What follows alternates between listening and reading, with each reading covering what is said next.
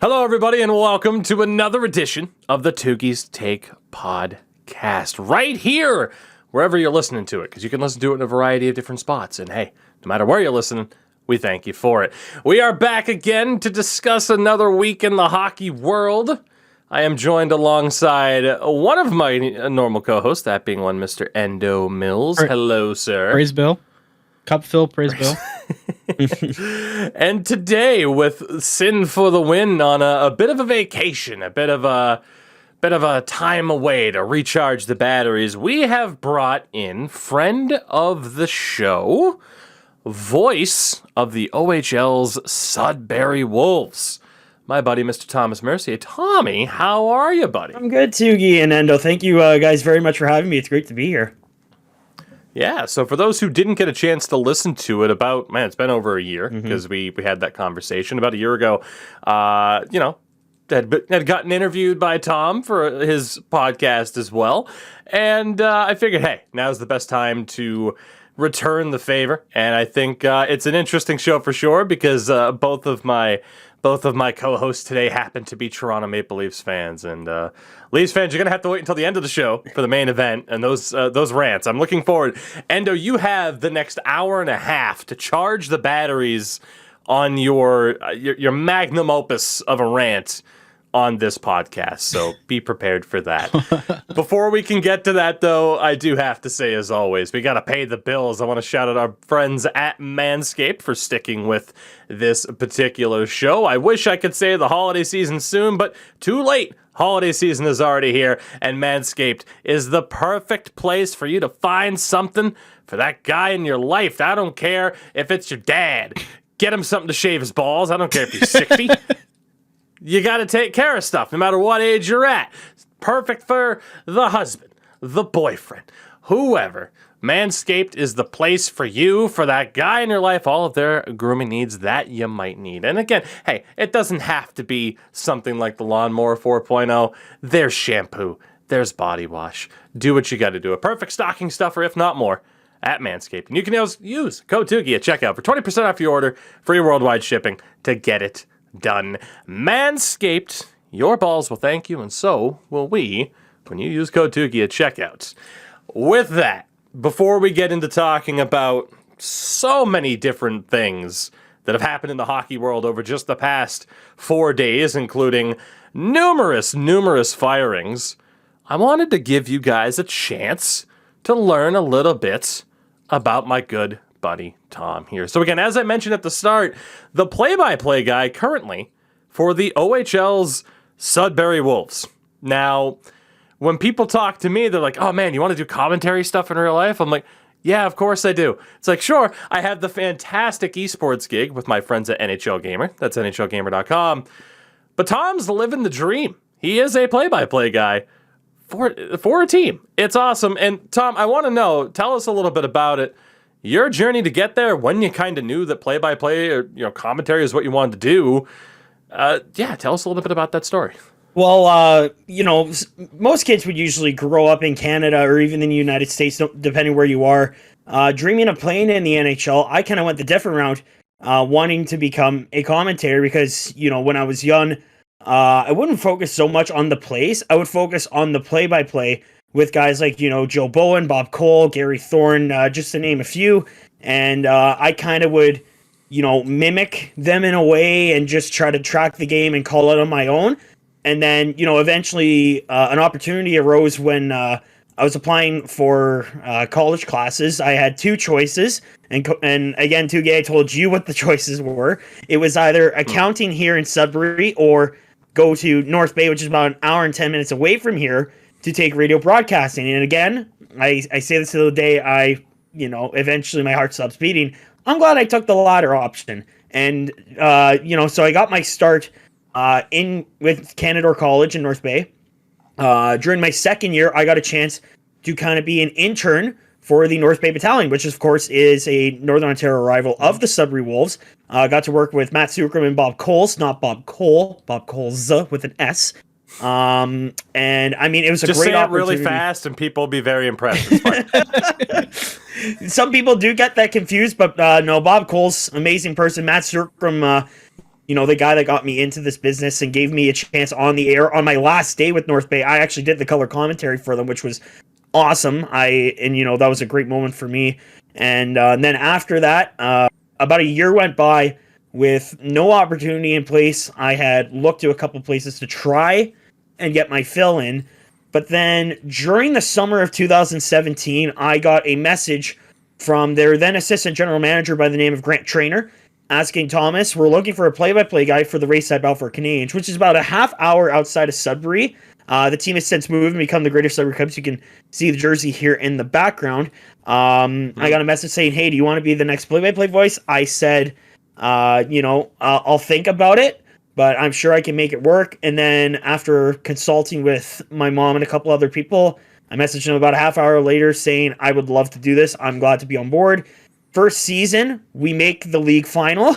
I wasn't expecting it to go that route. We lost in 6, unfortunately. We won the first 2 games and then unfortunately got smoked the next 4. But that's a story for another day. But, not usually everyone gets to have their first season on a championship run. And, since my first year, I like to think I kind of improved a little bit. But I did get my start in the Northern Ontario Junior Hockey League, which is Junior A for those that are not aware of the league. I don't think it gets as much recognition as it should. It's an amazing league run by amazing people. But I did get my start with Rayside Balfour / Greater Sudbury. But then 2018, 2019 rolled around, and their former VP of Communications approached me saying, we need someone to do the webcast for Ontario Hockey League TV, and we would like you to do it if possible. So my first OHL game officially was against the Mississauga Steelheads. I believe it was back in 2018. It was around the Christmas season. And, it went great. The Wolves didn't win that game per se, but, it was a fantastic game to call. And then 2019-20 rolls around, and I got a call from their office manager by the name of now Miranda Boivin. She gave me a phone call saying, Thomas, we'd like you to be the next color commentator for the Sudbury Wolves. You also take over play-by-play responsibilities if my broadcast partner Brian Cooper cannot do the games. So I said, without hesitation, absolutely, I'm on board with this. And you took a tire iron to Brian Cooper's knee, and it's been straightforward ever since. Brian's an amazing guy. He's been, I actually asked him for advice for my first OHL game because I know he had the responsibilities on the radio. And ever since 2019-20, I've been with this team going into my second year. I've already called a few games. Obviously, we're on a bit of a pause right now. I don't know if you guys want to get into that or not. But, that's kind of how my journey started. And, I've been living the dream ever since. I'm glad to be here with the team I grew up with. My first game was in 2007 when this team went to the OHL final. And the first person I met in the locker room, I'm sure you're familiar with Tougie, is Nick Foligno, who, of course, is a former Sudbury Wolf. And I've been in love with this team ever since. It's the dream job. And I live by a motto throughout my life. Do it because people say you can't. And I like to think that I did. And I'm just glad to be here. It's an amazing job. I love it. I like it, man. The more traditional route to get there, in a sense, but not as if there's any shame essentially in the idea of like working your way up. And it's like, oh, here's an opportunity. I'm going to go for it. Here's an opportunity. I'm going to go for it. And that's awesome. And of course, I am not surprised at all that we are essentially the same type of nerd who, in a way, almost paid more attention to the commentators than the action on the ice sometimes. But that makes it does make a lot of sense. Now, you mentioned too, it essentially being the dream job. I imagine your attitude would have to be just taking it as it goes. But if it, it's the type of thing where I've been quoted in saying kind of just with what I've done on Twitch, where it's like I've already accomplished more than I thought I would. So if this is the level, then I'm good with it. I imagine you feel the same way, but I also imagine if an opportunity comes down from a team in a higher league that you wouldn't turn that down. Oh yeah, absolutely. I roll with the punches as it goes. There's been a lot going on. Obviously, there was no season in the OHL last year. And I just saying, do we know what's going on? Are we going to have a season or not? It was just consistent back and forth. Everyone tried to do what they could to get a season going. Just wasn't going to happen. The NOJHL actually did have a season, so Rayside did get to play. And believe it or not, that was their last season they would ever play in Chelmsford before making the move this season. So we did have a year last year in the Noge, but the OHL unfortunately did not happen. yeah, I've just been kind of rolling with the punches, and like you said, if any opportunity comes along, I'll definitely look into those for sure. I've got great people that have been setting me up with countless opportunities. Dario Zulich, the owner of the Sudbury Wolves. Blaine Smith, he's one of my new bosses with the Greater Sudbury Cubs. Very notable name in junior hockey, well respected. He said, he'll reach out to anybody if there's any job opportunities. There's been a few guys from the OHL that have actually gone to the American Hockey League. I'm trying to remember his one name, went to the San Diego Gulls, so he already got an opportunity. And, I've worked a few local TV games too on our local production, Eastlink TV. And again, I'm broadcasting to an international audience at this point because I'm calling games on the radio and eventually TV. So, yeah, if anything comes along, I'm definitely going to, take the bull by the horns and run with it. So far, I'm very happy with where I am. And, sky's the limit for me. Honestly, I'm looking forward to the future. But, kind of like what you said, take it one day at a time. And you never know what's going to happen, especially in the world we're in right now. You never know if the season could come to an end or if it's going to continue. So, yeah, I've just been kind of rolling with the punches right now. Now, before we move on to talking about everything hockey related here, like I said, that's happened in the past few days, I want to know from you, especially like the most notable moments for you, whether it be individual calls that you've had or even like experiences off the ice, right? Because, I mean, again, I think back to what I've done, and it's like, okay, there have been some cool things that I've done, in front of a camera, but there have also been some great things I've been able to do off camera, and they all definitely stand out. So I'd have to ask, what stands out for you so far in your career? Oh, there's too many moments. Obviously, most notable name to come out of the Wolves lately, Quinton Byfield, which obviously I'm sure both of you guys are very familiar with. He was actually activated off IR today, so hopefully see Quinton back with Los Angeles soon. He's I got to call a couple games for play-by-play in my first year, and one of the most notable ones for me was an overtime winner against Mississauga where he scored his first OHL hat trick. And I mean, it was a crazy goal, went coast to coast, and just scored an amazing goal to cap off the hat trick. He actually helped the Wolves come back from 4-2 to win that game in OT. And I actually had to call a Canadiens game right after that game was over, so I had a doubleheader. And my voice was pretty hoarse for the evening game, but yeah, that moment was pretty special to me. And there's been a lot of other ones. Teddy Bear Toss had those before. Trying to think of other ones. Most recently, our first game in Sudbury with the new team. It's been pretty special, and yeah, I've had a lot of good moments so far lately. Not a lot of negatives, if any. But yeah, it's been a great moment so far for me. I would say this entire experience has been a great moment for me. But yeah, there's been a couple great plays and calls that I've been really blessed to be a part of, and I'm looking forward to many more. So yeah, with that, we will move on. Again, I do want to thank Tom. He's going to be sticking around on the rest of the show here for us to talk about everything again. As mentioned, I'm still waiting. Endo's saving those words. He's conserving that strength. Yeah. For what better be. It's just going to be like it's going to be 2 words, end of the show, and it's going to be perfect. It's going to be just 2 words like the fuck or something like that. So before we can get to Sunday, we do have to talk about everything that happened before then. That brings us all the way back to the lovely day of Thursday, which, again, every time we have a show on Monday and we have to talk about what happened on Thursday, it feels like 17 years ago, as insane as that is. But we start off on last Thursday. The Avalanche beat the Habs 4-1. Why is this game notable? Cale Makar scored his 10th goal of the year. Cale Makar he's a defenseman. He's like 22. 10 goals on the year. It is the fewest games to reach 10 goals in a season for a defenseman since the 1980s, which is absurd. And in the general scheme of things, I mean, again, you look at it, it took him 20 games to do so. In the past, you had Bobby Orr, Doug Wilson. They did it in 17 games. A different season, Orr did it in 16, alongside Paul Reinhart, who's also done it in 16 games. The record is 10 goals in 15 games by Phil Housley in 87-88. But that is some ridiculous company for Cale Makar to be in at such a young age. I'm sure we could sit here and wax poetic about Cale Makar all day. I don't know if either of you have anything to add, but he's a freak. Yeah. He's a freak. He's so good. Yeah, even when it was coming out of college, he just dominated. Like, just he took the bull by the horns. He just came out of there and said, "Yeah, I'm not going to just be that rookie defenseman. I'm going to cover and basically be like a game changer in a way." He's definitely been an offensive force, and it's going to be a one for the rest of his career for sure. He's arguably one of the most gifted defensemen in the NHL. There's no question. I mean, that's some pretty ridiculously amazing company to be with guys like Bobby Orr, Doug Wilson, and Phil Housley. Not to put Paul Reinhart aside, but I mean, man, the fact that he has 10 goals is honestly kind of insane to me. I mean, this Avalanche team they kind of hit a bit of a road bump lately, but I mean, this team still looks really good.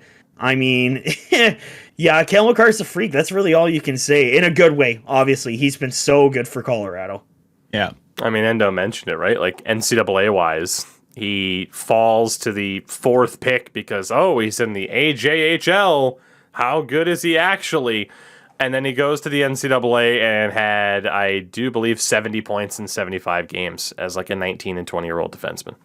It's a joke. Yeah. He's so good. The Lightning beat the Blues 4-2. Nothing overly notable about this game. Victor Hedman had a 2-goal game. He's up to 5 on the year as of this game.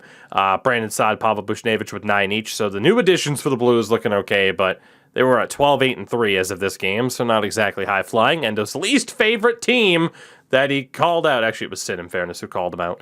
But Endo called him out too. You backed him up. You know what you did. What was this? What was this? Don't speak ill on my name without me approving it. Oh God, the Florida Panthers moved to 16-4-3, beating the Buffalo Sabres 7-4. I don't know if you guys saw the highlight, but Eetu Luosterainen, who's been really damn good for the Panthers this year, he had a nice goal line clearance, and then they went down and scored, I believe, to win or take the lead at that point, and then they just destroyed them from there. But Aaron Ekblad had a 2-goal game. Anton Lundell had a 2-goal game. Another guy that, if it wasn't for Lucas Raymond and Moritz Seider, where would you have Anton Lundell? Probably in the top 3, but where? I mean, you look at some of the other guys that are rookies this year that just don't have a shot. Like, this might be... I'm trying to think of when's the last time we had such a one-sided rookie of the year, a Calder race, where we aren't even at Christmas yet, and people are resigned to the fact that it's going to one of two people. I mean... you think back to like the 05-06 season where it's like, okay, it's going to be Ovechkin or Crosby. But then how many other years in between there come to mind where it's like, okay, this guy is the slam dunk Calder winner before Christmas. So I do feel sorry for Anton Lundell on that. And for the Sabres, Vinny Hinostroza had 2 goals. He's up to 4 on the year. Crushing it, Vinny. Keep it up. So passive-aggressive. Sorry. If I may, that Florida team has been looking way too good this year, and I mean, that start they had on home ice was, I think, a franchise record, if I'm not mistaken.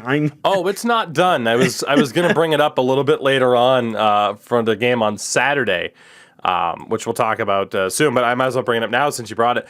They tied the record for most wins through 15 home games to start a season. The most recent team to do it was that 08-09 Sharks team. And of course, it's Thornton, it's Marlowe, it's ridiculous. And then before that was the 86-87 Flyers. Wow. So they have tied a record and could beat it that has only been done twice since 1986. It's insane how good they are, for sure. That's kind of unfair if you think about it. I mean, Barkov's been playing well. Aaron Ekblad, I've loved him since his OHL days with Barrie.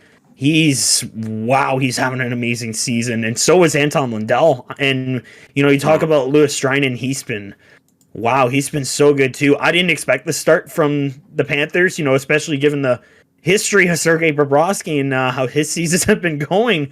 But no, this Florida team's looking it's looking quite scary. I mean, it's early in the season, and I mean, Buffalo's actually playing a lot better than I thought they were going to this year. They gave the Panthers a run for their money.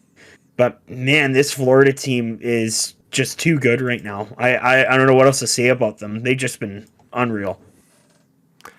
The Chicago Blackhawks beat the Washington Capitals in a shootout 4-3 last Thursday.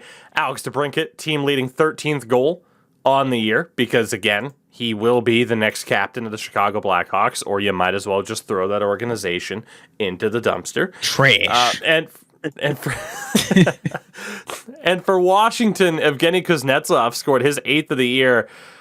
Again, I bring it up every time I see his name on the score sheet.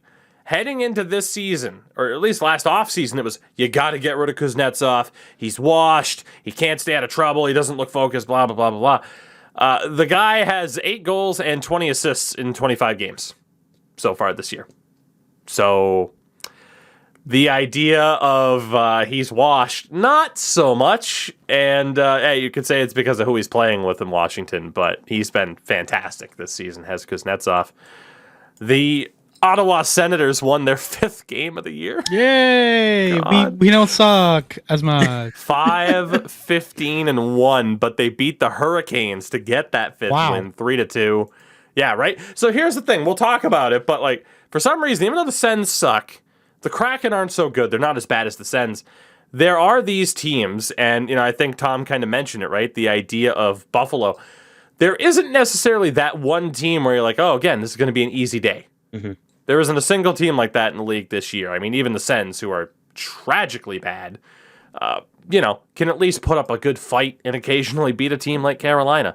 And Alex Formenton had his 3rd and 4th goal of the season in that game. I was going to bring it up a little bit later on, but it's rather topical. You did have Pierre Dorion correcting himself. And was it you or was it Sin who mentioned the fact that Pierre Dorion had that infamous quote on saying the rebuild is over? Oh yeah, I think it's both of you that love to bring that up. Yeah, I wasn't here on Thursday at hockey. It was the worst excuse to miss a podcast ever. I'm gonna touch on that just a little second. It was a great skate. Go ahead. But it was just like it was not worth it.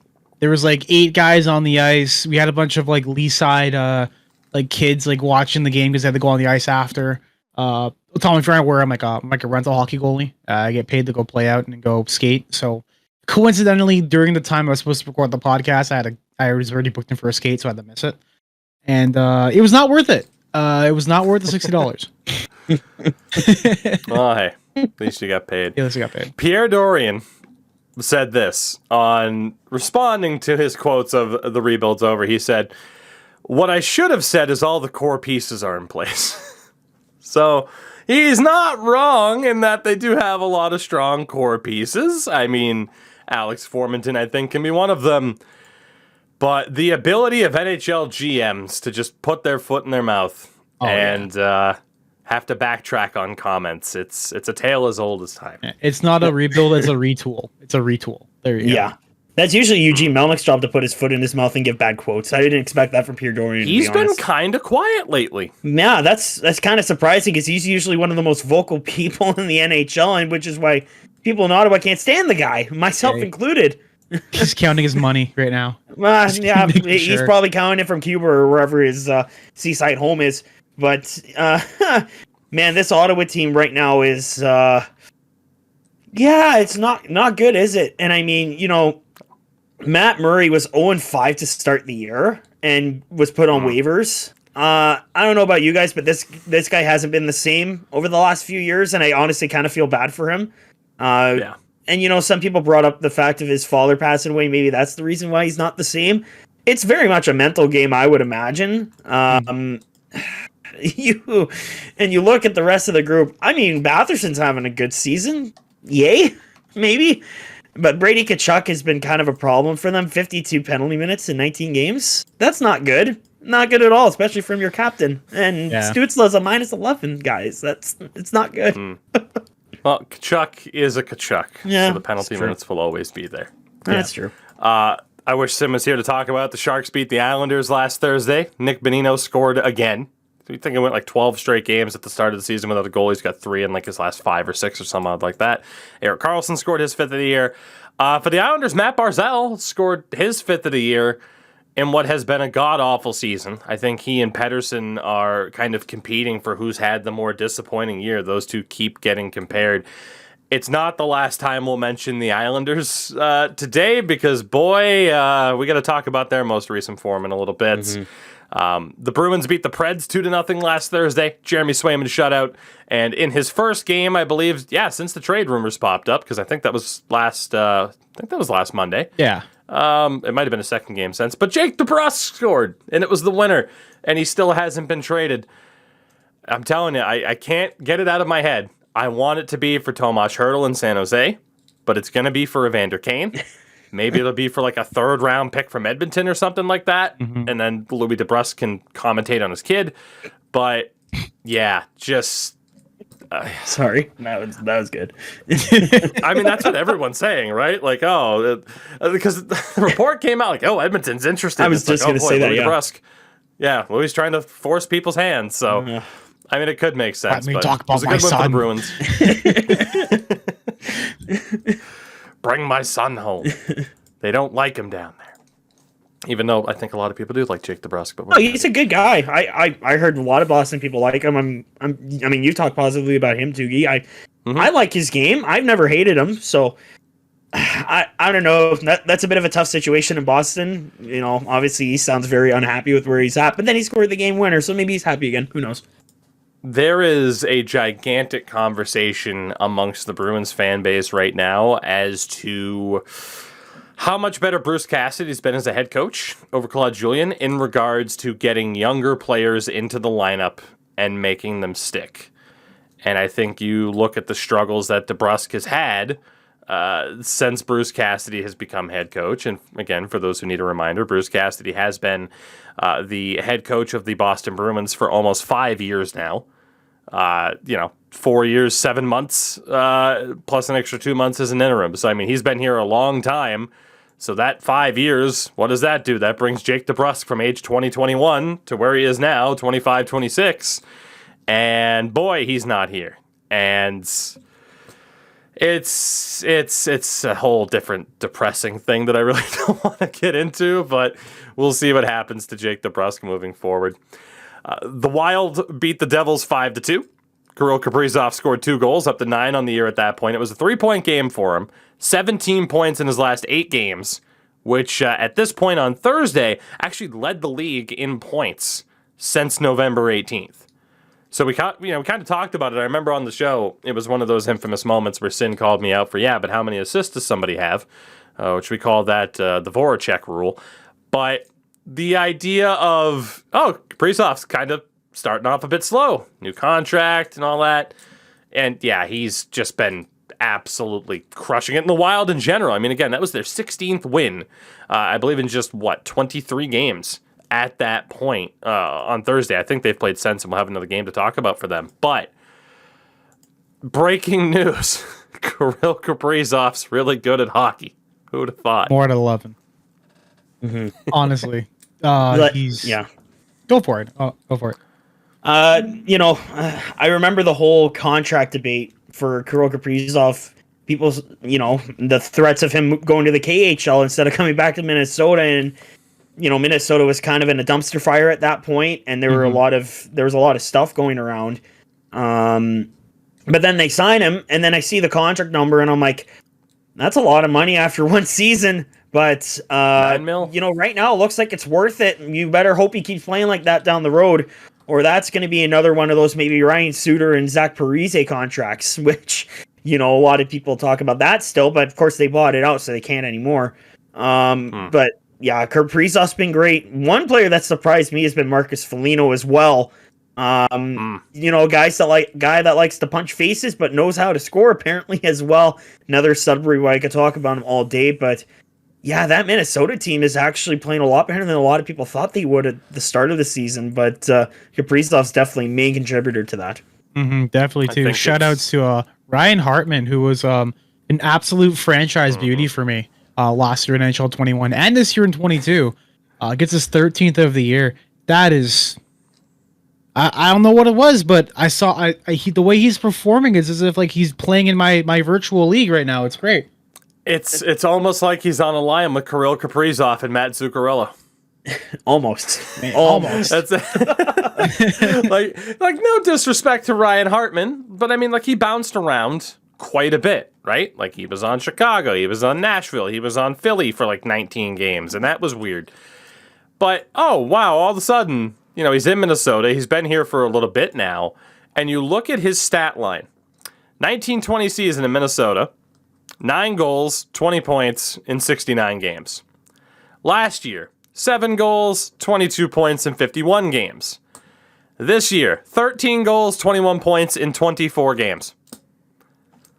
I don't know if he's just figured it out, if he's finally comfortable, if it is that much of a Kaprizov-Zuccarello factor, but it's crazy. And Endo mentioned the 13 goals I saw on Twitter from Jackie Redmond. 12 of those goals have been at even strength. That's crazy. Which makes him a top 3 player in even strength goals in the NHL. So it's not as if it's just, he's a power play specialist or, just picking up points off the power play exclusively. So he's been really, really good. The Dallas Stars beat the Columbus Blue Jackets 3-2. Jason Robertson, another one of those guys that started off a little bit slow. I'm a huge fan of his, 6th and 7th of the year. Ben Bishop, though, is back in the news for Dallas. As of today, the word is that he will report to the Texas Stars of the AHL for a conditioning stint. He has not played since the 2020 Stanley Cup Final. He missed all of last season. Had knee surgery in the offseason. Looks like it might be done. Will he or won't he come back? But now it's looking like we finally have an answer. And he is on his way back. And I'm intrigued to see what Ben Bishop is at this point. I mean, you're talking about a guy that, like, at his peak, Ben Bishop was a Vezina caliber goaltender. That's not anything out of the question. I mean, it seems like forever ago that he was on Tampa and then got traded to LA and played like 7 games. Remember when Ben Bishop was a king? Yeah, I don't either. Briefly. I'm intrigued. I'm intrigued to see what happens. And, he's got 1 year left on his deal at $4.9 million heading into next year. So he's not the biggest hindrance on the cap. But if you're the Dallas Stars, you don't really have space for Ben Bishop. This is almost Ben Bishop's way of auditioning to get onto a different team that can give him a chance. Because the Dallas Stars on roster right now have Anton Khudobin for 1 more year at $3.3 million. They have Braden Holtby signed for this year. And, a former first-round pick named Jake Ottinger, who is also phenomenal. So they have probably the greatest amount of goalie depth out of any team. I mean, like I said, if Ben Bishop's great, maybe you'd want to move on from Khudobin, who, fun fact, has an .873 save percentage in 7 games this year. So that's looking rough. We're on the flip side. Holtby has a .927. Turns out Vancouver was the problem. And Ottinger has a .951 in 6 games.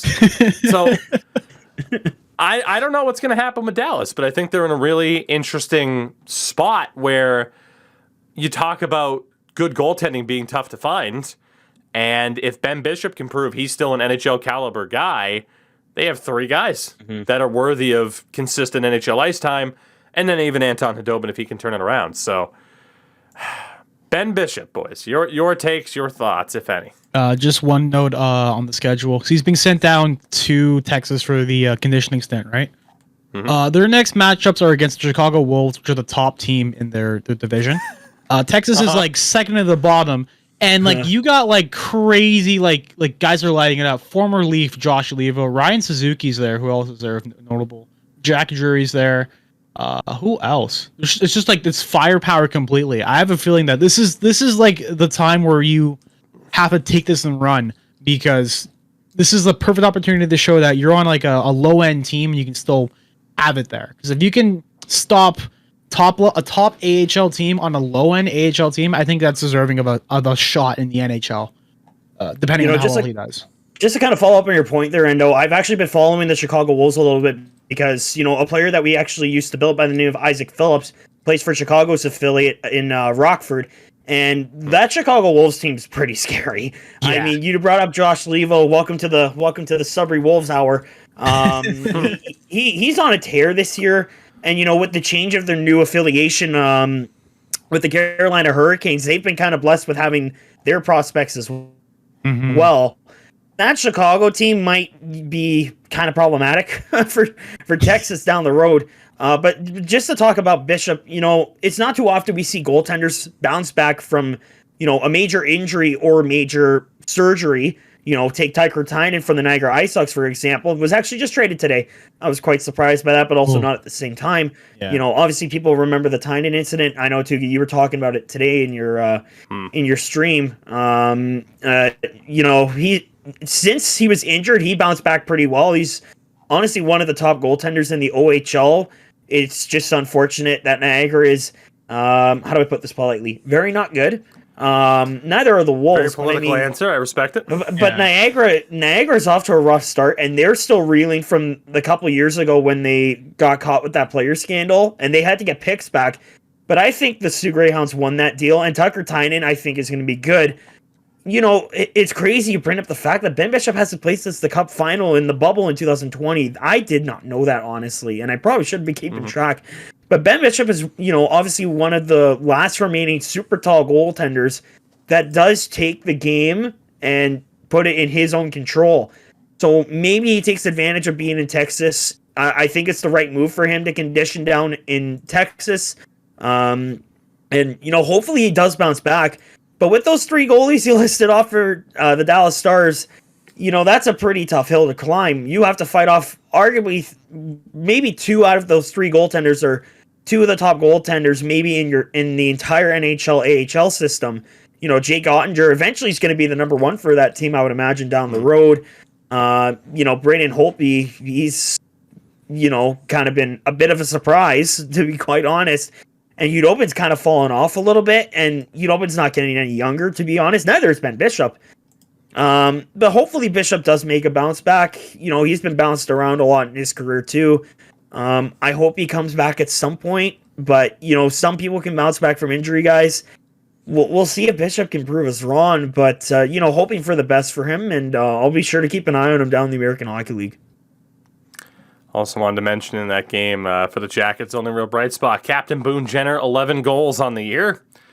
He's going to score 30 again at this rate, and I'm here for it. I'm here for it with Boone Jenner. And the final game on Thursday, the Flames beat the Kings 3-2. Speaking of goal scorers, Andrew Mangiapane, his 16th, because he's unreal. Yeah. Matthew Tkachuk, his 11th. Milan Lucic with 7 goals on the season, which I love. I want to see a return of 20 goal scorer Milan Lucic so badly. And for the Kings, Alex Iafallo scored his 9th, who's doing pretty well. But Flames are 14-4-5 on the year. Every time I look at their record, nobody expected them to be this good. No. And if Edmonton's going to be good, I want Calgary to be good because you're in it for the rivalries, right? Yeah. Like that's the only way I can view it. So I'm happy Calgary is also a very strong team this year.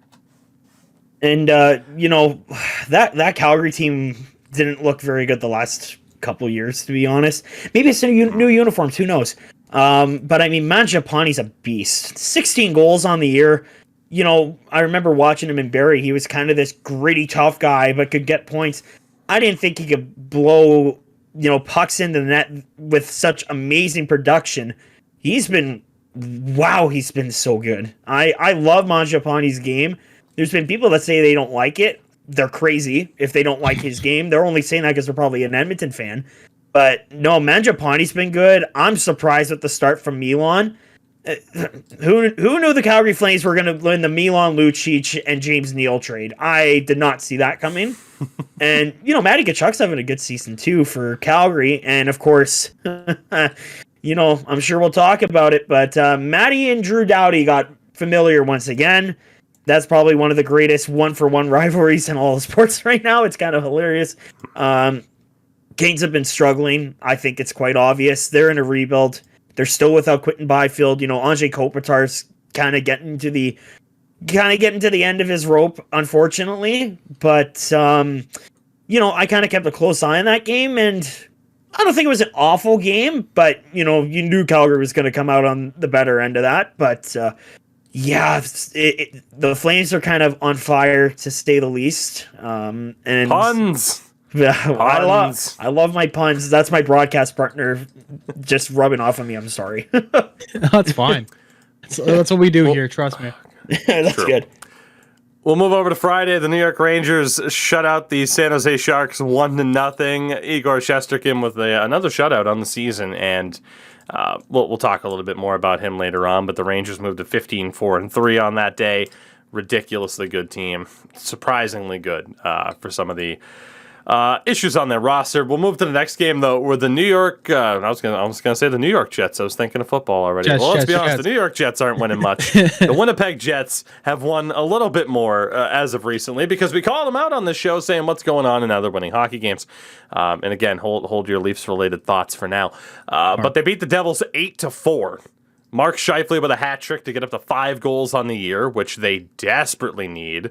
Nick Ehlers had a 2-goal game. He's up to 8.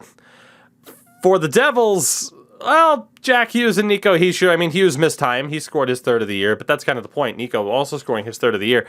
For those two, it's the same story of you already kind of worry about Nico Hischier's durability, in that he's picked up some injuries kind of consistently. Now you have Jack Hughes coming off of an injury. If those two can stay healthy and be the top 2 centers leading the Devils, they're going to be fine. They're not going to be a playoff team this year. They're 9-4 as of Friday, and I think we have another game of theirs to talk about. But I don't know. In a way, it's almost concerning, right? Where it's like, yeah, you have 2 young guys in their 20s, and you're already just like, okay, can you stay healthy, please? Like it's a little bit concerning. That was the first game of Jack Hughes' new contract too, was it not? I'm pretty sure it was. So, yeah. Yeah, I think so. I don't know how that deal's going to work out for New Jersey in the long run, but I mean, first overall picks got to get first overall money, right? So, I don't know. We'll see. Fair enough. And in that game as well, Endo, no surprise here. We've talked about this how many times this season? PK Subban essentially slew-footed Nikolai Ehlers without a call and without a suspension. So again, some people might not be like, maybe it depends on your definition of a slew foot. I consider it to be a dirty-ass play to sweep the leg while pulling somebody back from the shoulder. You know what's really funny? Call it a slew foot or not, call it what you will. It's dirty as shit. What's funny? Like, I love PK Subban the person, and I'd love PK Subban the player, because he doesn't get called fucking ever. Why would you not want him? Like the old thing of like, I hate Brad Marchand, but I want him on my team because he's good. I want PK Subban on my team. He's not even that good anymore, but he doesn't get called for penalties. This is seriously like the 5th time in how many games have the Devils? 22. Enough. 22 games the Devils have played. I swear to God, this is at least the 5th time we've mentioned a PK Subban slew foot without a call. It's mind-boggling. It's honestly kind of crazy. I'm surprised he got away with that. I could kind of see some people's points. But, I mean, if you're sweeping the leg and grabbing the guy by the shoulder, do you not call that? Because Marchand did something similar and he got penalized for it. So, stop readjusting the rule book. Call it as it is. And I'm sure we'll get into the officiating conversation at some point here today. I know Endo is biting at the chops, and Endo, I know you got probably something to say about the Subban slew foot. I kind of have to agree with Tougie. I don't know how that was unnoticed. That makes no sense to me. Of all things, I think he's just tanking his value, so that way a team like Toronto can just go pick him up for cheap next year. I can see something stupid like that happening. Although Toronto has like 7 like puck moving defensemen and like 3 stay at home, and it's like, okay, what are we gonna do? Just have them like skate pirouettes on the ice. It's fine. He's got to calm down. Way to go, Paul Carl Subban. There you go. Way to go. PK's defensive production has gotten so bad over the years. It's honestly insane. I mean, yeah, he's a great offensive defenseman, but my God, this guy just, I remember playing against him in the 2007 Eastern Conference Final when the Belleville Bulls were actually a thing. And he was a great 2-way player, and then all of a sudden, after traded for Montreal, just wasn't there anymore. Yeah. I want the old PK Subban back, not this slew-footing and, I hate to say it, prima donna kind of guy. Like, yeah, he does amazing stuff off the ice for charity work and, for social justice and stuff like that. But man, why you got to slew foot someone like multiple times in a season? Eventually, you're going to get caught. I don't know. PK's a smart guy. I think he can be smarter than that. He did get away with that. I'm sorry. People can come at me if they want. PK got away with another slew foot, and it's got to end at some point. You might have to rewrite the rule book at some point on what a slew foot is. or just have like the slows peak. down. Yeah, it's ridiculous. Yeah. I think just to touch up on that again. Sorry to interrupt, Tougie, but Yeah, like go ahead. I don't want to remember like a few weeks ago we had the former NHL referee say like, oh, it's his skating style.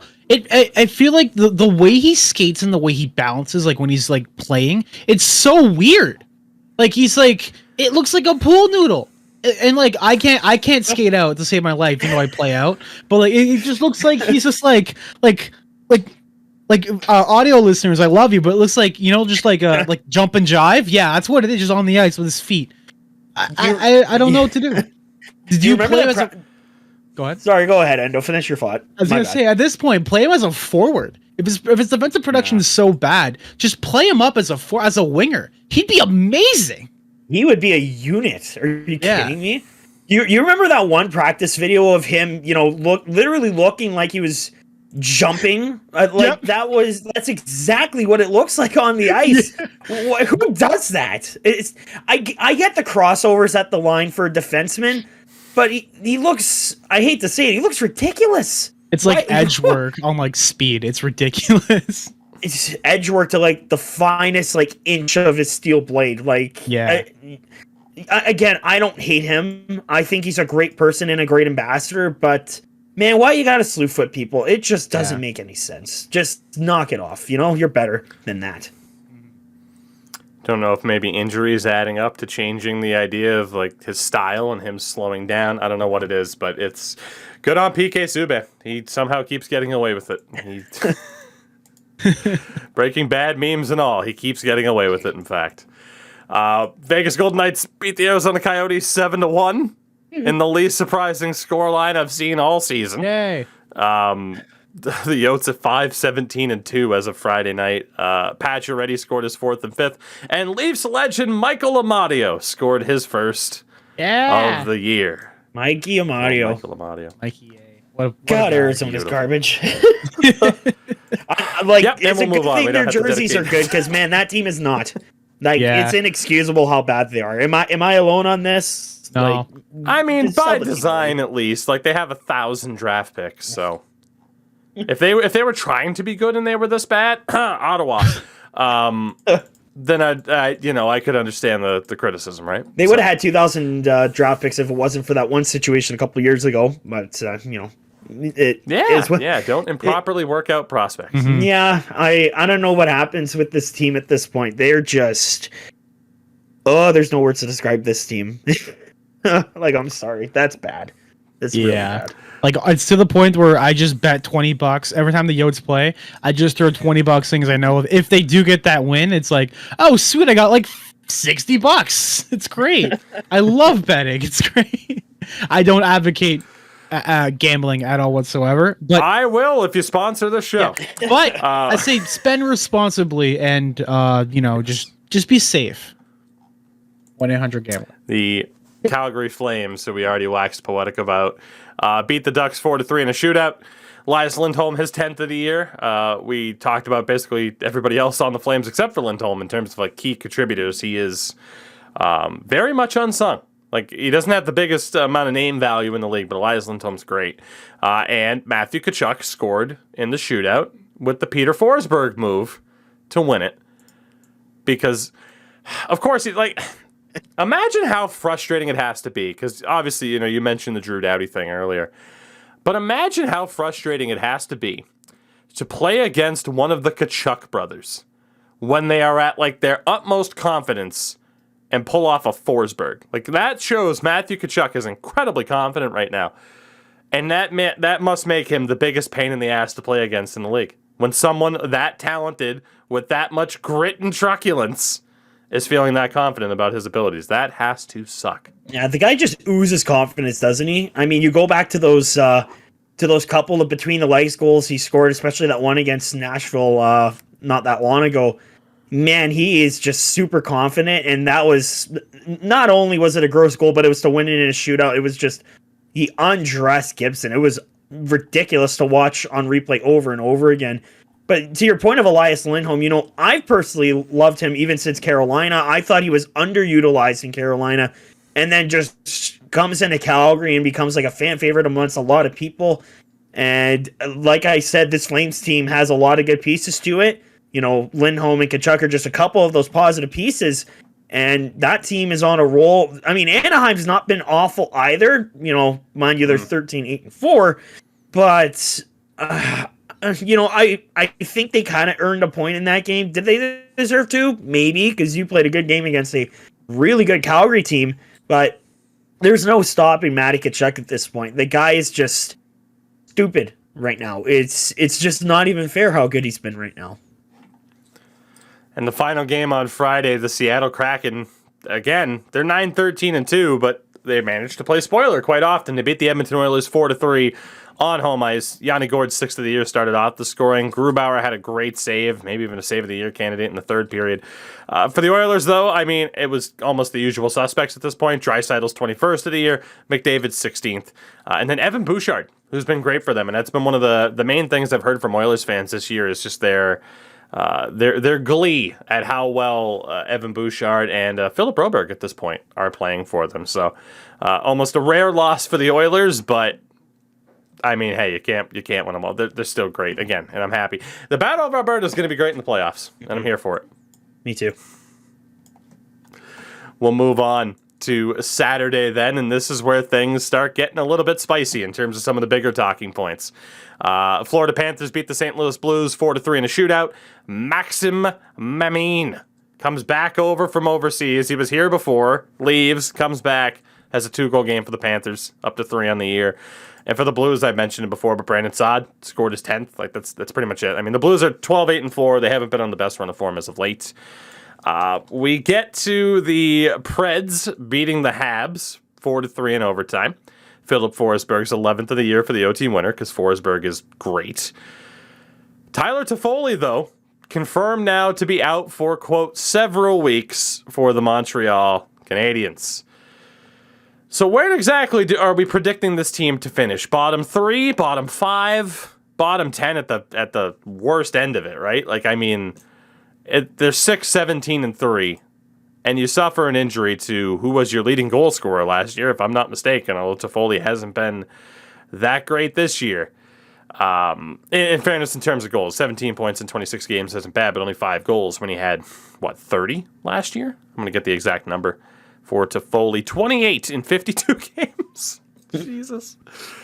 I mean, it just goes from bad to worse with Montreal, even if, you finally made the change with GM and such. It's going to be a bad year for them. At least they were able to somehow get Cale Clegg on waivers, who I'm a big fan of, and I think he'll do well for them. But at the very least, this has been an awful season for the Habs, and I'm happy.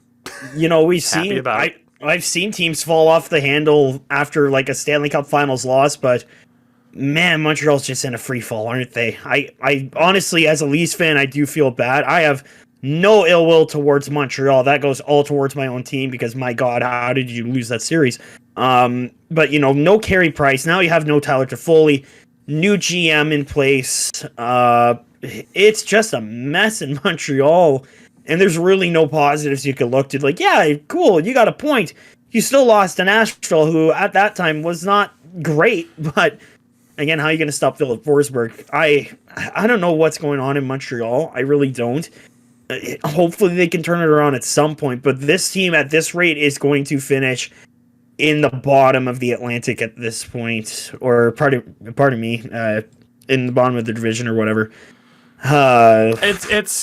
It's the worst case scenario for them to say, oh, who's going to finish last in their division? Ottawa, Buffalo, or Montreal? The fact that Montreal is even in that conversation after being in the Cup final less than 6 months ago it's insanity. Yeah, some of it was due to aspects out of their control with, Shea Weber going down and Carey Price having to take some time off. And that's the nature of the beast, I guess. You have to look at it and say, maybe your organizational depth wasn't as great as you thought it was, and you need to be able to have guys that fill into that certain spot. You can't just put all your eggs in the one basket. I say this is like my quote of like my life. You can't put all your eggs in one basket or on two people, and then the platform falls down. You got to have support for that.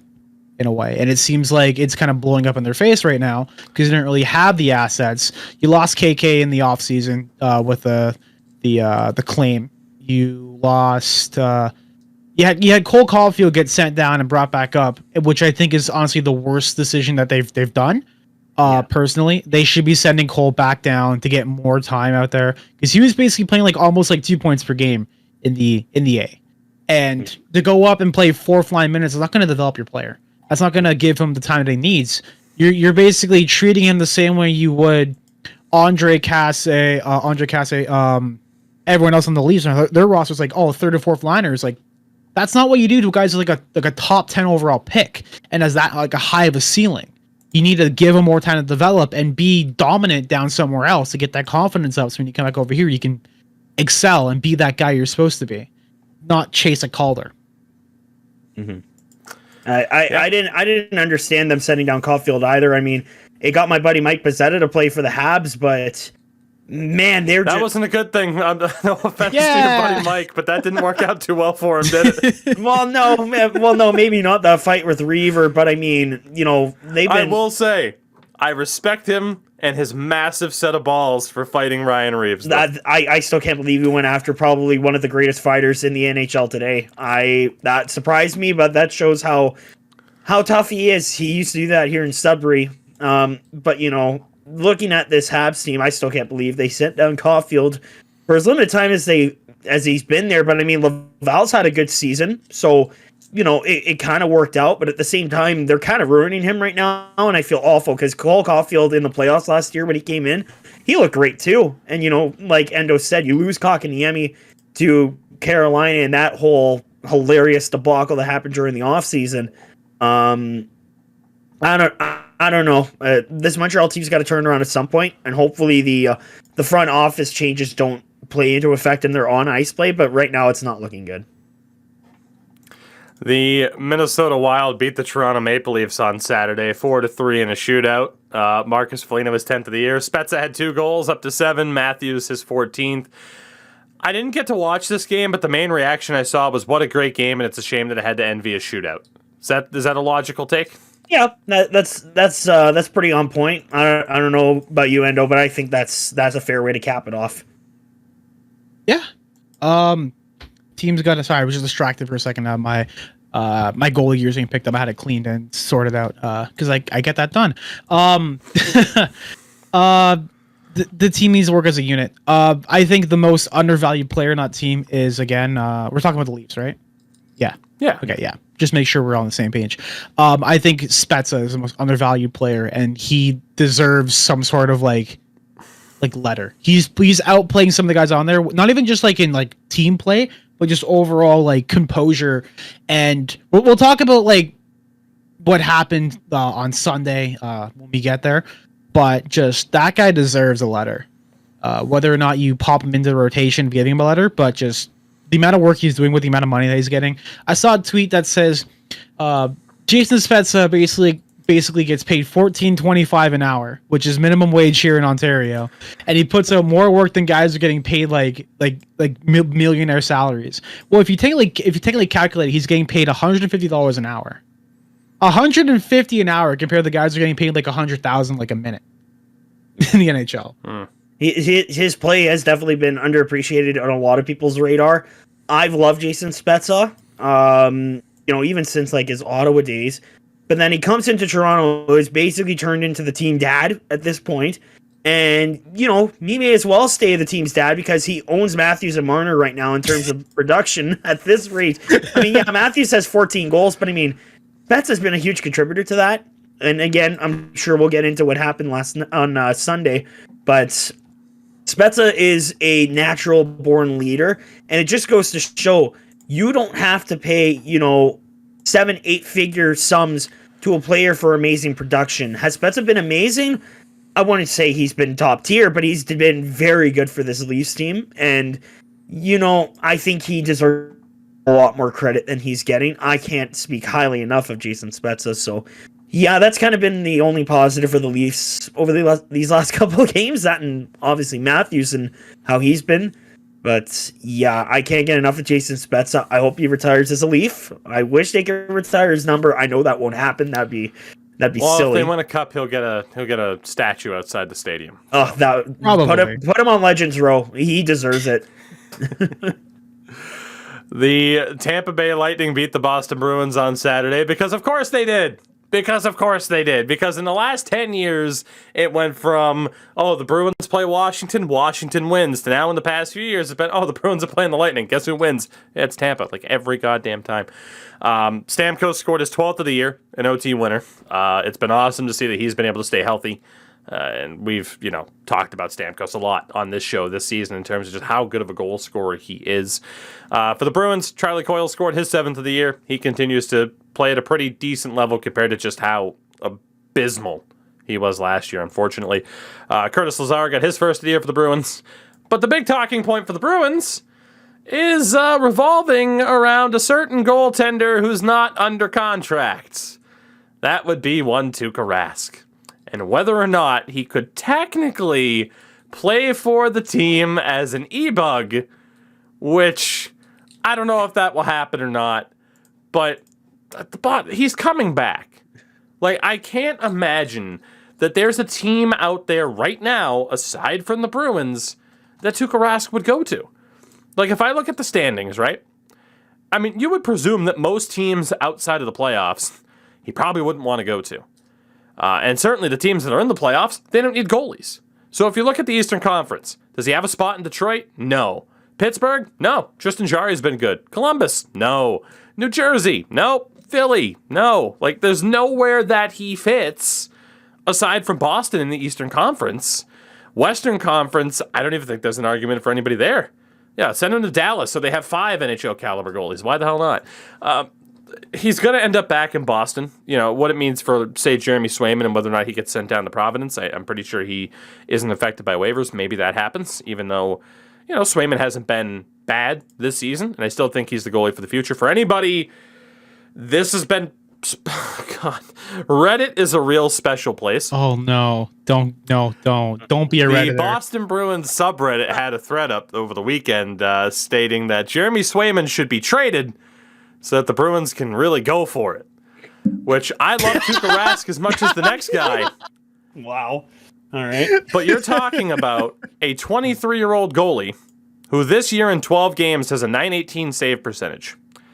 Can either of you guess Jeremy Swayman's career NHL save percentage so far? Oh, boy. What would you guess? You go first. I'll guess after.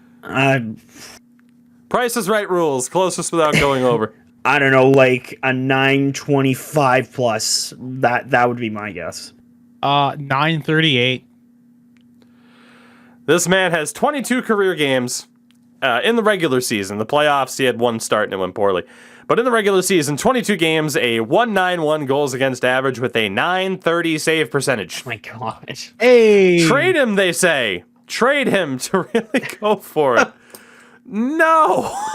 God, you guys flopped How part of the... about no? I thought Leafs Nation was bad with goalies. Holy crap. I thought hockey Twitter had dumb posts. Are you kidding me? That's a good laugh. I needed that. Oh my god. Oh my god. I need to go check Reddit more. Jeez, I might become a Redditor. Jeez. So, look, Rask will be back. I'm excited for it. Under what circumstances, we don't yet know. We do need to mention, though, because we kind of crapped on the Senators a few times already in the show. They did beat Colorado on Saturday. Fluke win. 6-5 next in question. overtime. Fluke win. Next question. 2 goals for Brady Tkachuk. Feel, Josh Norris hit 10. Stutzel had 2 goals. The end. Okay, let's just okay, we'll cover it. Yeah. No, like I said, the core is in place. 2 goals for Tkachuk. Norris and Stutzel 2 goals, or 2 goals for Stutzel. Norris had his 10th of the year. It's all in place. They're just the accenting pieces. They just need to find those complementary players now, and they'll be good to go. Just such a dumb comment from Pierre Dorian. The pieces are there, but like they're trying to shove like the square and the circle peg. We're a just team. keep going, it'll fit eventually. if I keep going on up, it'll just wear out the sides. I'll be able to just put it flush in. It's fine. It's okay. Don't worry about it. God, we will move on. The Detroit Red Wings beat the New York Islanders 4-3. We will again talk about the Islanders in a little bit, but for the Red Wings, Moritz Seider's third of the year was the OT winner. He played 27 minutes and 19 seconds in this game. That's insane. Steve Yzerman is a goddamn hockey genius. He's a wizard. Yeah. It's not even fair. The draft, where they pick Moritz Seider, and everyone's like, "Who the fuck? Why are they doing this?" It's ridiculous. Yeah. It's unbelievable how good he is already. And again, Steve Yzerman is a genius. May I even say wizard? You may say wizard. I've been calling him a wizard for a couple of years because, I mean, you go back to the Jacob Verana trade for Anthony Mantha. That's I'd like to think that worked in Detroit's favor too. I mean, yeah, 1393 maybe isn't a great record, but it's better than what they had a couple of years ago, where they were the worst team since day one. Moritz Seider is everything that was advertised. I loved him, when he played for Team Germany, World Juniors, at the World Championships, what have you. This guy is good. And I mean, 27 minutes, my lord, that's a lot of ice time for someone of his nature. But I mean, man. It's like if Seth Jones wasn't average and German. That's true. That's a good point, actually. But Moritz Seider, man, like Detroit, it got a blessing in disguise. I remember being one of those guys being like, oh, who the hell is this guy? No, Moritz Seider's good. And, I should have taken back what I said at the during that draft. I mean, a lot of guys have been pumping in too for them, but Moritz Seider has been a special player for them so far this year, and I hope that he can keep it up. I would love to see this Detroit team make the playoffs right now. They could possibly make the playoffs. Who knows? Again, it's early in the season, but Moritz Seider, I got nothing else to say about him. Just wow. Just wow. I don't know if you guys saw it either, but Adam Ernie had maybe the hit of the season in this game off of the suicide pass of the season is how I had to write this down. I don't know who sent the pass. I don't even remember who the hell got hit. But, of course, it was one of those gigantic hits, and then you immediately have to fight because how dare you make a good play. I just saw right now. I'm going to watch it right now, too. It was on Bavilier, right? Yeah, it was. I think so. I got to see this. What a hit. Oh, yeah. He just got sent down to Bridgeport after that hit. My God, that was insane. And then of course Wallstrom drops the gloves. Like can I say I'm tired of guys going after other guys for clean hits? Like this kind of out of hand lately. That's probably one of the hits of the year from Adam Ernie. My God, that was a great hit. Yeah, top comment was like, so it's not just the rookies that Cronwall's giving tips to. It's giving secrets to everyone on the roster. It's so true. The legacy lives on in Detroit, huh? That pass, number 10. Was that Taves? Is he even on there? I don't remember who wears 10 for the Islanders, in fairness. It's a good question. Part of me wants to say Dobson, but I think you might be right that it's Taves. It's got to be. For the Islanders, while Endo looks that up, just so we get that clarification, Oliver Wahlstrom, 6th and 7th goals on the year. He's great. And again, we'll talk about the Islanders. Adam Chernak. Where's number 10? Yeah, there you go. Wait, who? Chernak. Austin Chernak. On the island? Austin Chernak. Sorry. My apologies. Yeah. Oh, Austin Zarnik. Former Bruin. Yeah. That's one of those names. Yikes. Yeah, he's a fringe NHLer, and he said go back to the AHL. Well, I think we know which one will be going back to the AHL. The one who sent them the suicide pass like that. My God. Oh, man. So good. The Washington Capitals beat the Columbus Blue Jackets 3-2. Alex Ovechkin scored his 20th of the year. In one of the most ridiculous stat lines I've ever seen. Games to go, like we did this for, we had that stat line for McDavid where it's like, oh, how fast did he go from 100 points to 200 points? Well, someone shared the stat line for Ovi, how long it took him to go from 700 goals to 750. It took Gordie Howe 108 games to do that. He was probably 75 years old at the time. It took Wayne Gretzky 118 games. Yager 184. Alex Ovechkin did it in 79 games. I am still, like, on his day, best goal scorer of all time might still be someone like Mike Bossy. But I think for the consistency and the era that he's doing it in, Alex Ovechkin, he's the greatest goal scorer of all time. Yeah. It moves, and again, I mentioned obviously 750 goals. He's now 16 behind Jaromir Jagr for third all time. He will hit that mark this season. Yep. It would be shocking if he doesn't. And he's one goal shy of tying Dave Andreychuk for the most power play goals all time, which, yes, Dave Andreychuk has the record for now for most power play goals of all time. Talking about someone who's rather underrated at times in his career. But Ovi as well also became, yes, all these stat lines are just from this one goal, by the way.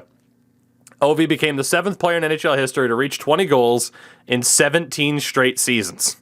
Only 2 players have done it 20 times, or have hit the 20 mark in more than 17 campaigns. So Gordie Howe had 22 straight seasons with at least 20 goals. Brendan Shanahan had 19 seasons with 20 goals. Does Alex Ovechkin claim that record from Gordie Howe? He'd have to play 5 more years to do it to tie it. So I don't know if Ovi will hit that. Gordie Howe's a special occasion, but 20 goals in 17 straight seasons for Ovi.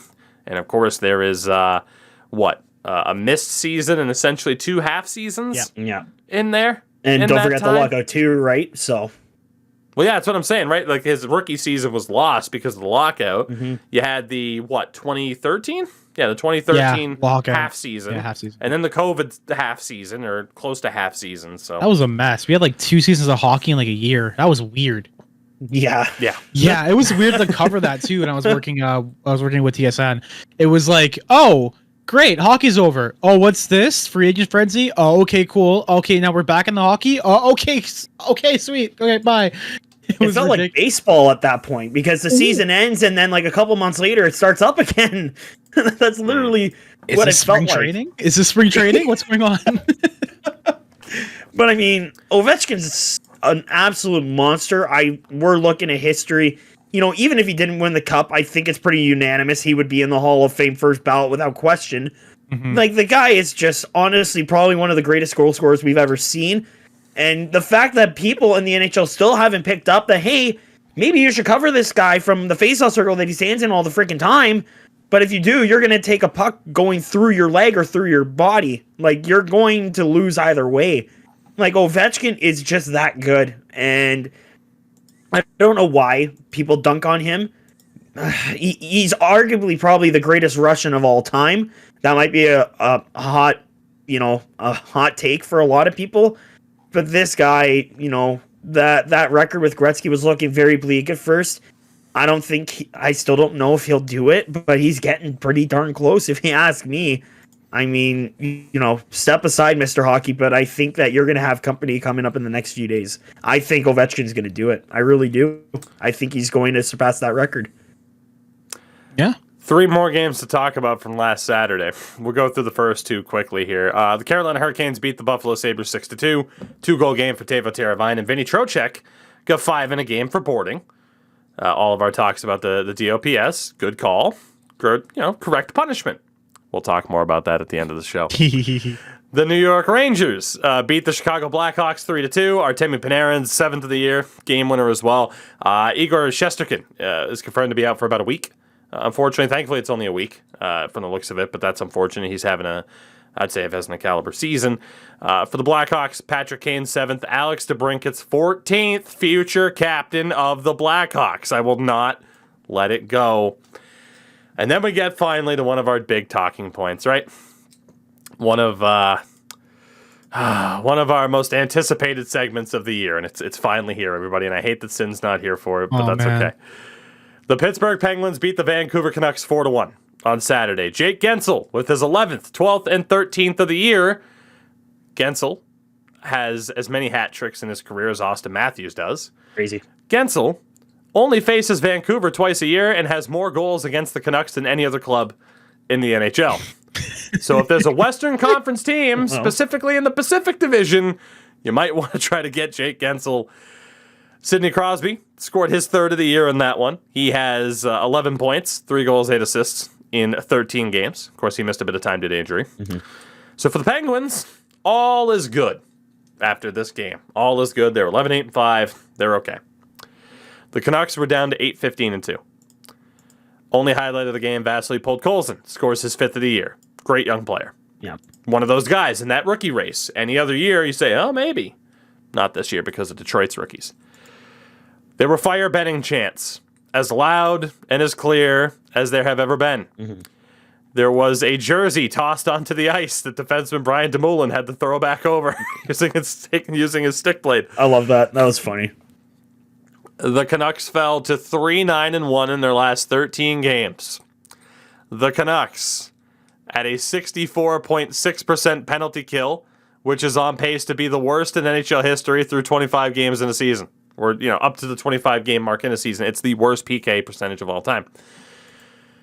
And finally, mercifully, somehow they didn't do it before Montreal, the Vancouver Canucks finally did something. 5 seasons in, they fired Travis Green as head coach of the team.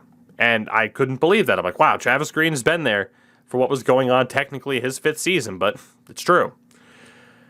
And after 8 seasons, old Bim, good old Bim Jennings, the man, the myth, the legend, Jim Benning was finally fired. And even now, I think I can hear in the distance the sound of Vancouver cheering. We'll talk first before we mention their replacements or anything like that. I can't believe it took this long. Mm-hmm. Did Travis Green take the fall? Maybe. You can make that argument. There were rumblings, of course, that maybe, the idea of losing the room and everything that played a bit of a factor towards the end. But I think we can all agree that it wasn't exactly an enviable position for Travis Green. Can argue whether or not he was able to get the most out of the team or do his best in that position. But at the same time, again, it all depends on how you view Jim Benning, right? And the team that Travis Green was given, was there enough there to do more with, or was he handcuffed? But I don't know. I do feel bad for him in a way, but I won't be surprised if he gets a job sooner rather than later because it's the NHL and we recycle coaches. Boy. Don't even get me started on that. The one thing that I love, because I was watching the game at the bar after I had hockey, and the 1,000-mile stare, like on, what's his name, Travis Green? Yeah, the coach, the former coach. His face, just like after that 4th goal went in, like you could tell that in his eyes, he knew he was gone. He knew the minute that puck went in, he was gone.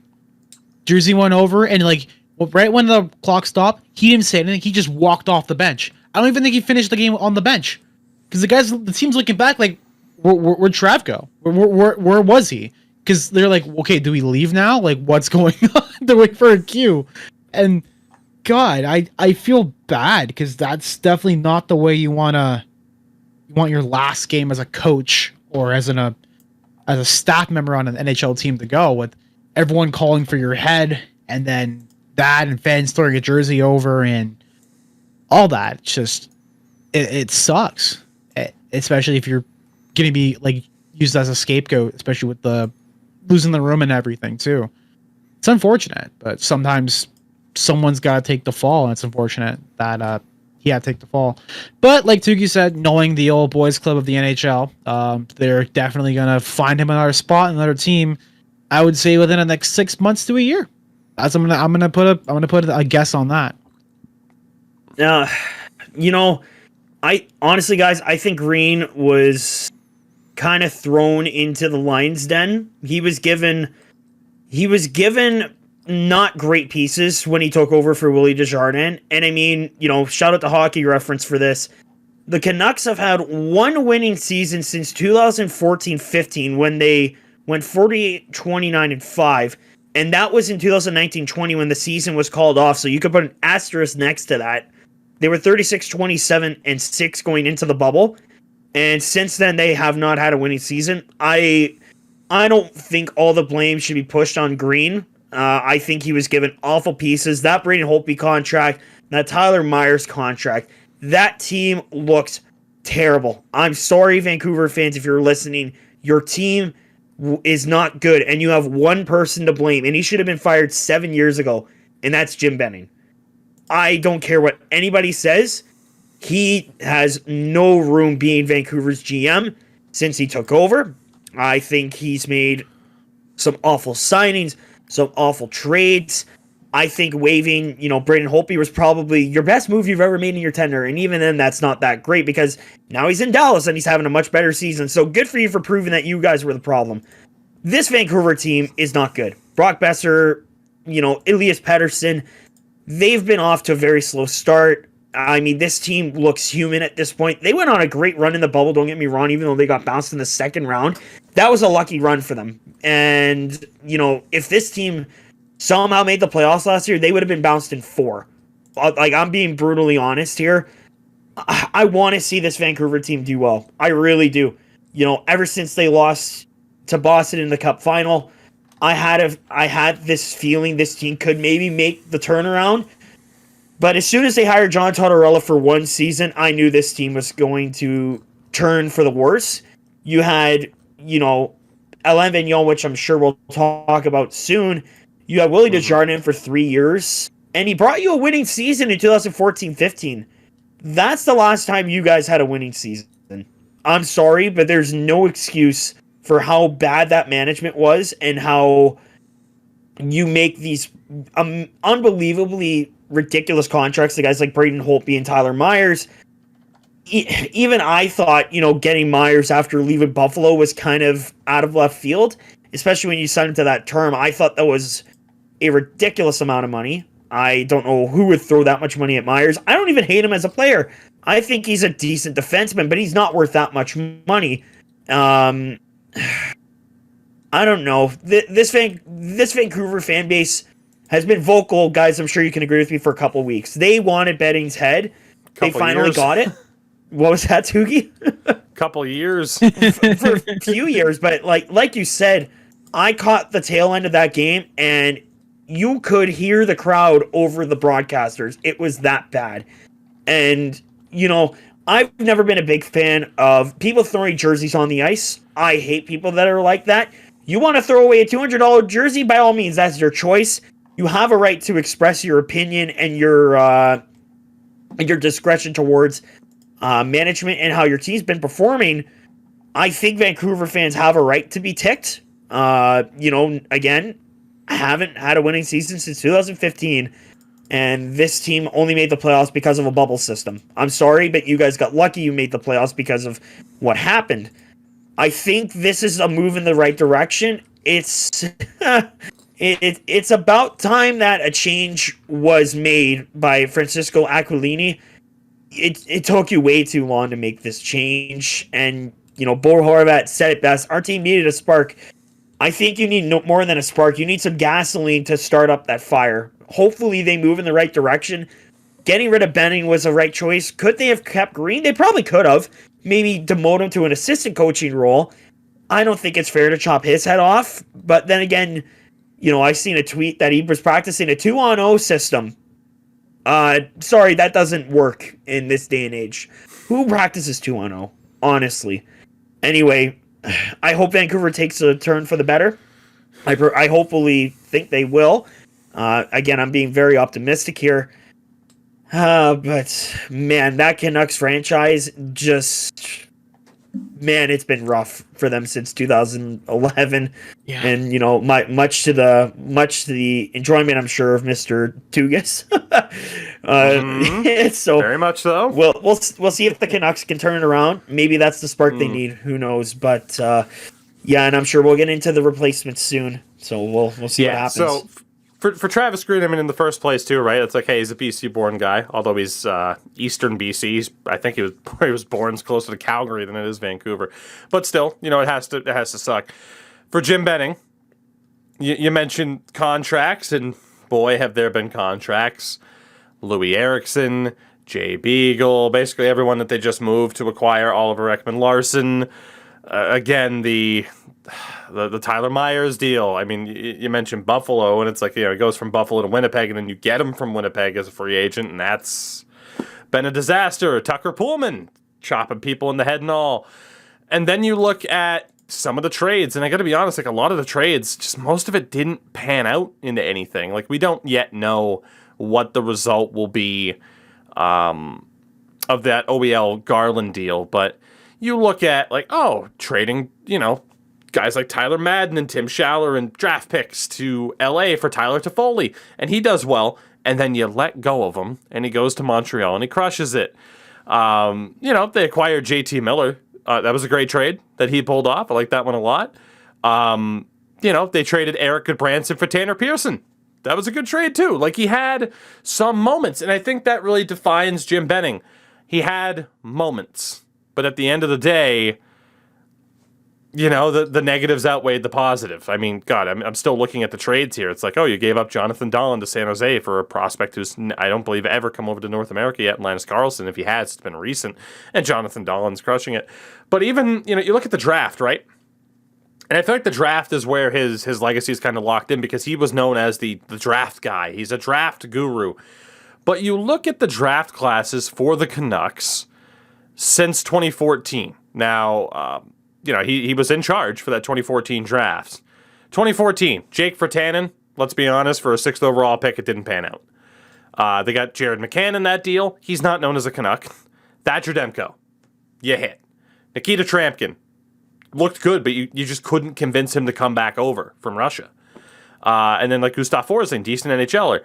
But again, not really known as a Canuck. So you had basically one hit there in the form of Thatcher Demko.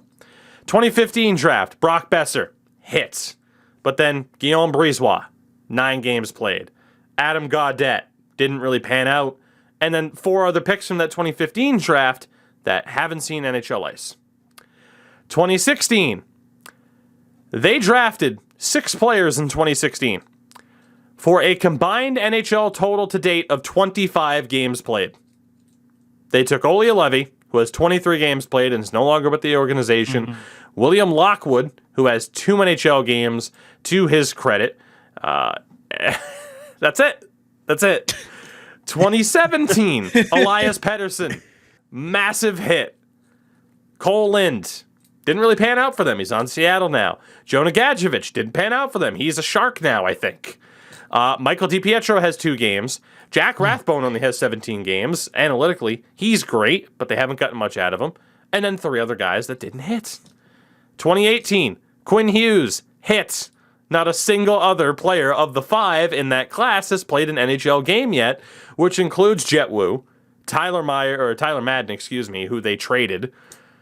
I mean, for as much as, like I said, I feel like it's just the misses outweigh the hits. Even that 2019 class was pulled Colson and Höglander.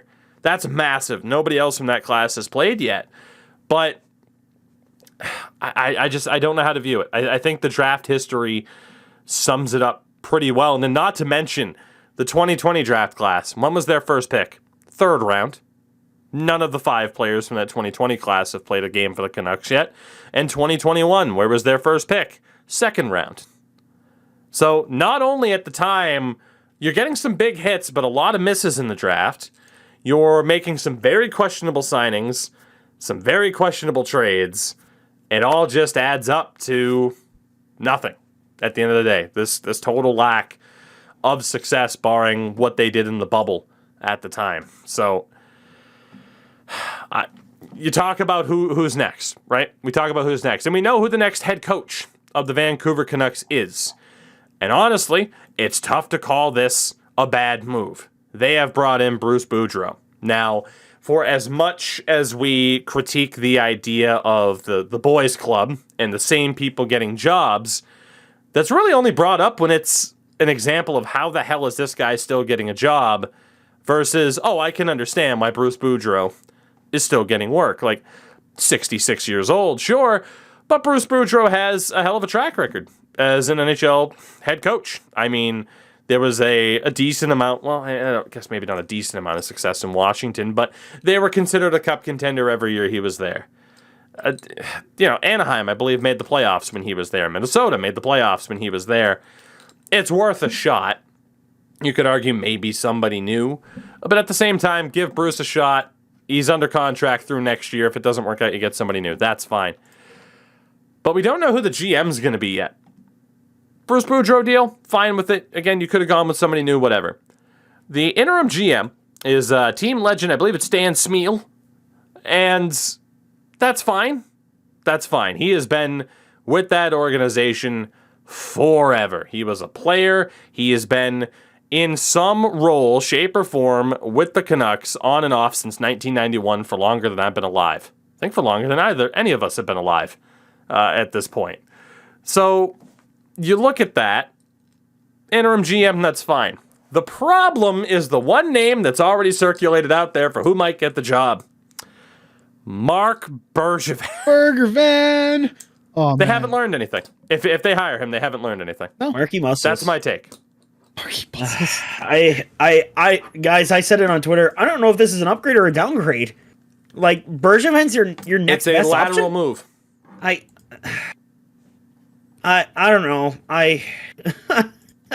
It's hard to find good candidates nowadays. I mean, heck, Patrick Waugh might be the next GM, rumored to be the next GM of the Montreal Canadiens. Anything can happen at this point. But really, Mark Bergevin is your top candidate right now? I don't even really hate the guy. I just don't know if that's your best option. Talking a bit about Bruce Boudreau, I don't even hate him as a coach. I think he's a darn good coach. He's had a lot of playoff success. He has only missed the playoffs 2 times out of his NHL career, which, if you ask me, is pretty damn good consistency.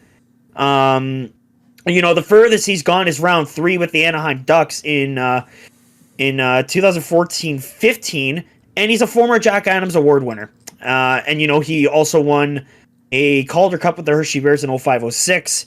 But you look at his NHL track record, he has had winning season after winning season. I don't even think he's had a losing season, actually, in his career. The guy knows how to coach, and I think this could work very well for Vancouver in the future. A lot of people were questioning it, and, Barbecue Bruce is in Vancouver. This is going to blow up in their face.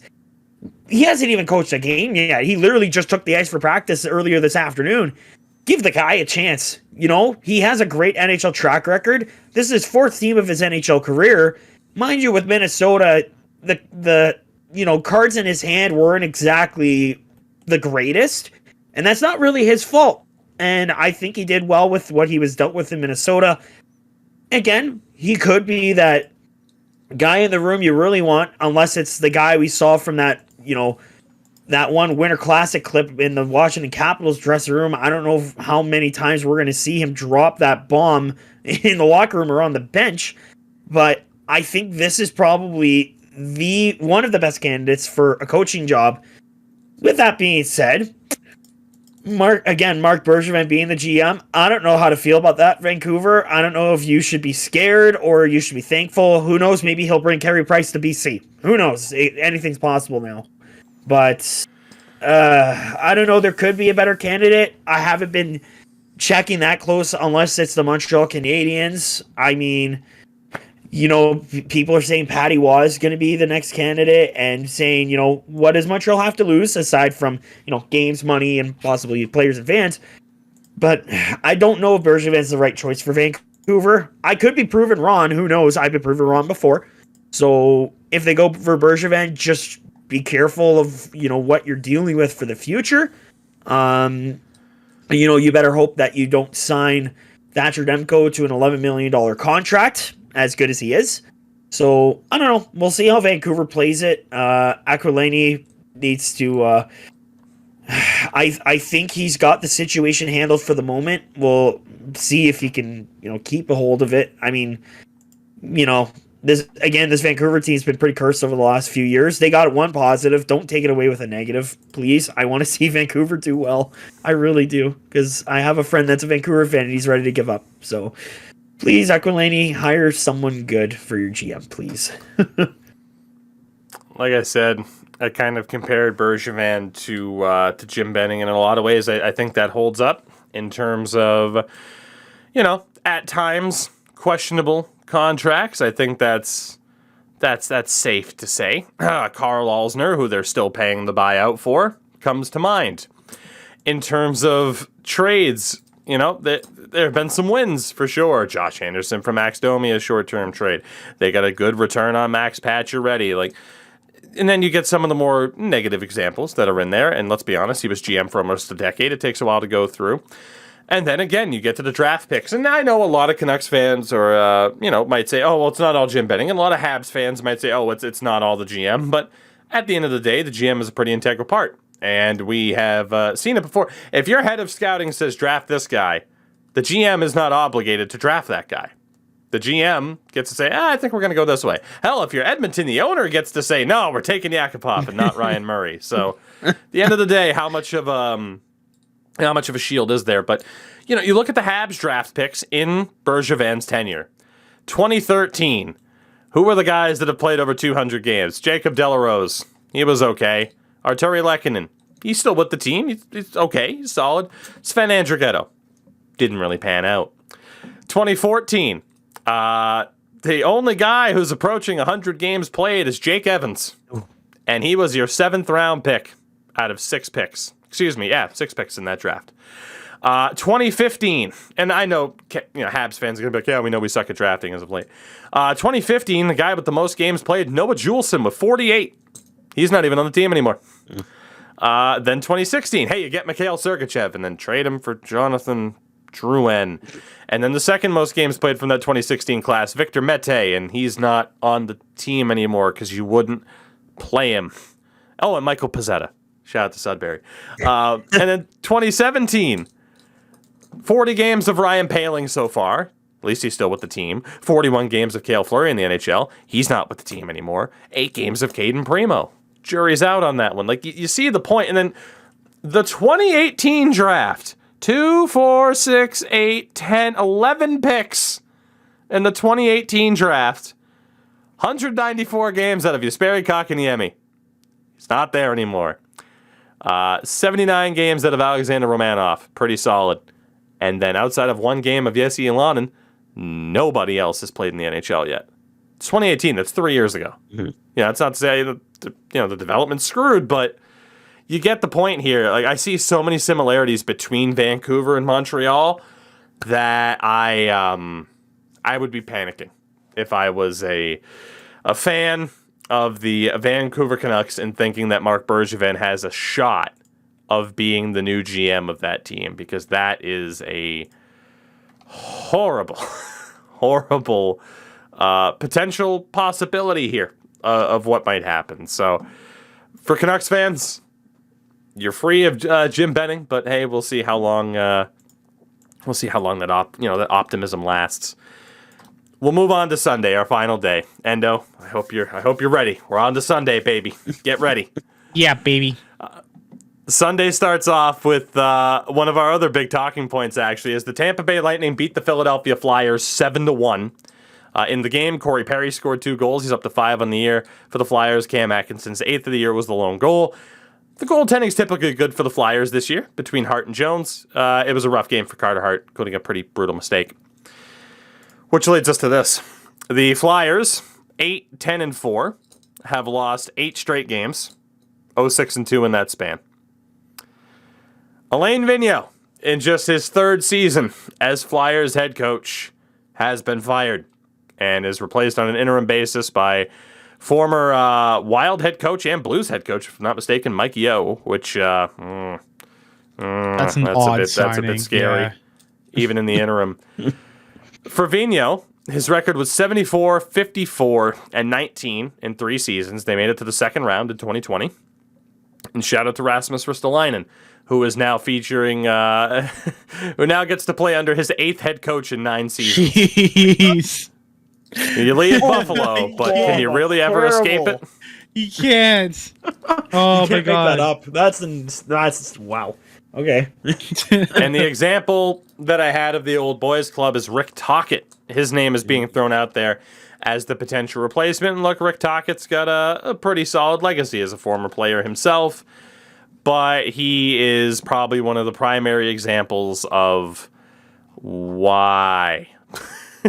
Just why are we considering giving this person a chance who, if we're being honest, hasn't been all that successful in a role such as that. He was the interim head coach for the Lightning for 5 months and then moved into the head coaching role, which he lasted for 10 months. And he was then the head coach of the Arizona Coyotes for almost 4 years. That ended this past May. For Alain Vigneault, he's a hell of a coach, but the argument could be there that his time has passed. You know, there was obviously the finals appearance in Vancouver. There was his tenure with the New York Rangers, but maybe, just maybe, the league has passed him by, is my take on that. And for the Flyers, I mean, at least they're a bit more proactive, because they could have just said, like, nah, let's wait it out. But it's clear, like, hey, we want to win. We have a roster where we need to be competitive here. And again, if you're going to shake something up, what's the easiest thing to do? It's to get rid of the head coach. So I don't know. I don't view this as the wrong move. I do wonder what kind of future Alain Vigneault has necessarily at the NHL level. But for the Flyers, again, not the biggest Flyers fan in the world, but I'm kind of hoping for any Flyers fan that listens to this podcast that you don't end up with Rick Tocchet as your head coach, because I don't see that as a positive change. No. And I think if you hire Rick Tocchet, you take one step forward or you're making 5 steps backwards. And again, I don't even hate Alain Vigneault as a coach. I think his track record with the Flyers at 147, 74, and 54 is honestly not that awful, even though you missed the playoffs last year. But, much like that one video that surfaced today of the Dogs at Wells Fargo Center, the Flyers team have been taking a dump lately, so to speak. They are just on a humongous flop right now. And I mean, that 7-1 loss last night just encapsulated everything and led to the firing of Vigneault. And he, correct me if I'm wrong, signed an extension earlier this year, did he not? And they're still going to have to pay him out for another, I think it's 2-3 years. So realistically, now you're paying for 2 head coaches. So, GG Philly, I guess you can say. But I mean, this Flyers team was looking up so positively since Carter Hart came into the league. This looked like a team that might finally have a chance to end their Stanley Cup drought. And then you just flop hard this year. And I get, you make a few changes, like Claude Giroux's not getting any younger. You lose Jakub Voracek, which I wasn't even that much against. I think it was time for him to move on, because him and the media apparently were not getting along very well. I'm sure we go back to that media scrum from not that long ago. This Philly team looked like they were heading in the right direction, and I think, like you said, Tougie, I think a change was needed. It was Vigneault's 3rd season, but obviously this team was not getting any better, and they're 7th in the Metro right now, which is not great. Is Mike Yeo as the interim fine? I'm not even against that, and he's going to make his debut against Colorado tonight on Monday. And it also should mention assistant Michel Therrien's been let go as well. But really, Rick Tocchet, much like the Vancouver situation, Rick Tocchet's your number 1 guy right now? Really? I'm sorry, but I think the old boys club in our hockey culture needs to go away for the better. It's, I'm sure you guys have talked about the old boys club multiple times before. Rick Tocchet's very much a member of that boys club. And, going back to his Arizona days, I mean, yeah, the Coyotes have been pretty awful the last, decade or so.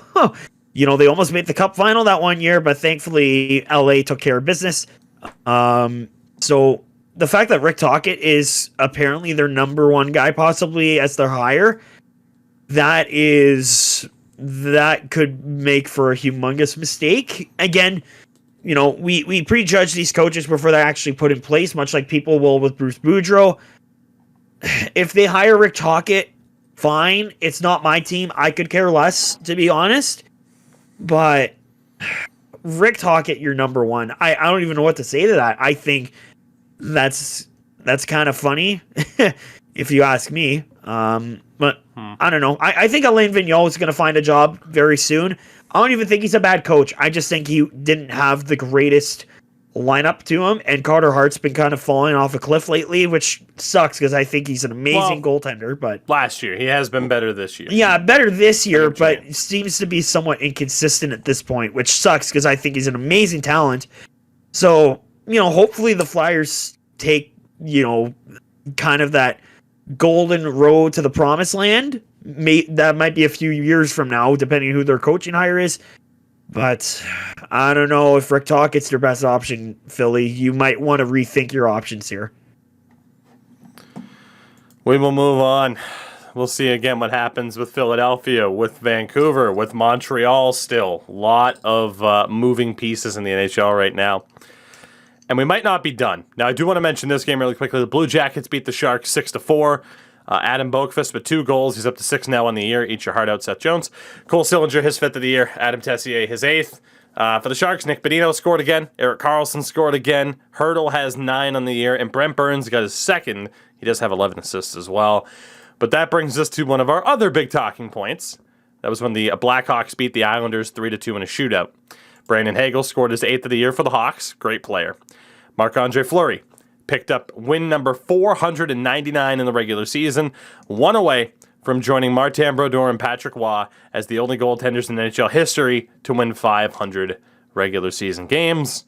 Hall of Famer for Fleury. That's all that needs to be said. The news was also out there that Tyler Johnson ended up having the same surgery as Jack Eichel. Now, we talked about this on the last show. Endo wasn't here. Jack Eichel's already back on the ice. Yeah. The Buffalo Sabres are the worst run organization in the history of sports. They're probably kicking their ass right now. They found he was already back. Now, and the word is, and I had this written down in one of the games below, but a combination tweet from Jesse Granger and Emily Kaplan. Eichel is cleared for everything except for contact and is expected to join the team within 3 weeks. 3 weeks from now. He will be playing by New Year's. Oh my God! Buffalo could have had him this year if they let him get his surgery, but no, a fine print in his contract prevents him from doing. Buffalo's a joke, man. Oh my God! If he got the surgery in April or May, he would have been a Sabre on opening night in the lineup. I can't stop laughing. What a clown show! The Sabres put the L in Buffalo. Are you kidding me? That's insane. I mean, good for Jack Eichel. I'm glad he's doing all right, but I still can't understand why Buffalo just wouldn't let him get the surgery, for crying out loud. Like, it does raise the question of Vegas' cap situation if he comes back before the playoffs, because the thought was his Endo's just dying right now. The thought was like, they might be over the cap if Eichel comes back. So maybe it does force Vegas' hand into making a move. Or maybe they do end up keeping him out. But yeah, no, Jack Eichel is very, very close to being healthy compared to what you would have expected. It's ridiculous. And Tyler Johnson then as well. I mean, you don't know the health circumstances, but there's a chance he could be back soon, and this type of surgery becomes the norm.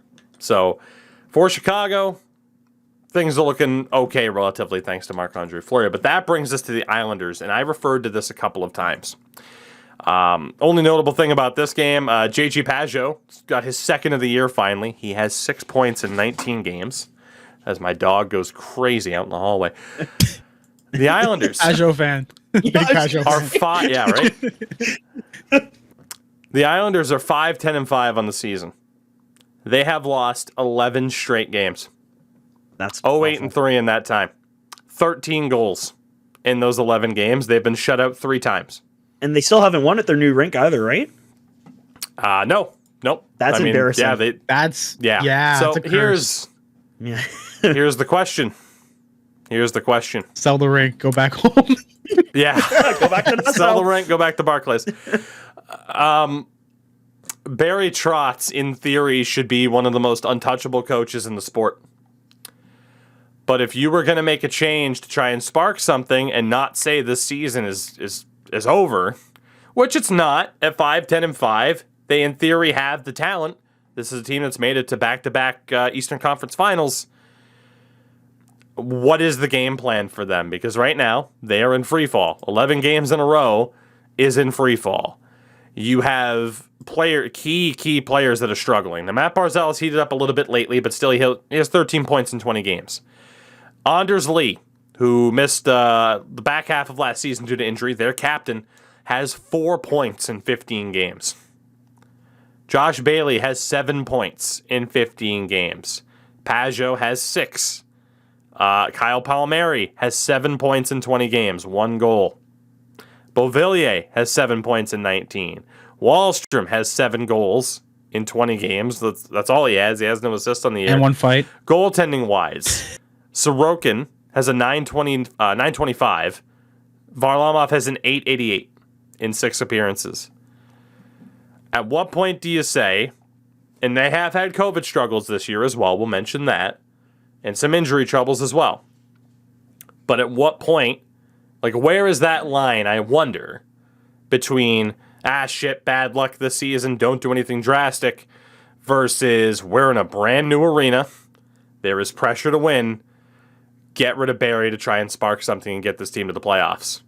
I don't think that's the right move to make, but I could see them making that move. It almost seems inevitable, doesn't it? You go back to when Washington won the Cup, Barry finally gets his trophy, and then guess what? Poof, he's gone, and he's gone to Long Island. He's arguably one of the top coaches in the NHL. Obviously not this season because his team's playing absolutely atrocious. And I mean, you listed off the stats. Man, this team has hit a brick wall. It's honestly insane. And looking through cap friendly, I didn't even know that Casey Cizikas is still getting paid $2.5 million, I believe, for the next 6 years, if I'm not mistaken. That's kind of absurd. I feel bad for Zdeno Chara that his NHL career might finish with a team that might not even win a home game this year. and again, I'm not trying to put this team down because, again, but like you said, Tougie, back-to-back Eastern Conference finals, but wow, their big guys have kind of disappeared. Matt Barzal, that Kyle Palmieri trade looked great at first. It looked like it was going to fit, and now it's just blowing up all over their face. I don't know what's happening with this team. I completely forgot that Zach Parise was a member of this Islanders team. That just blew me away. Yeah.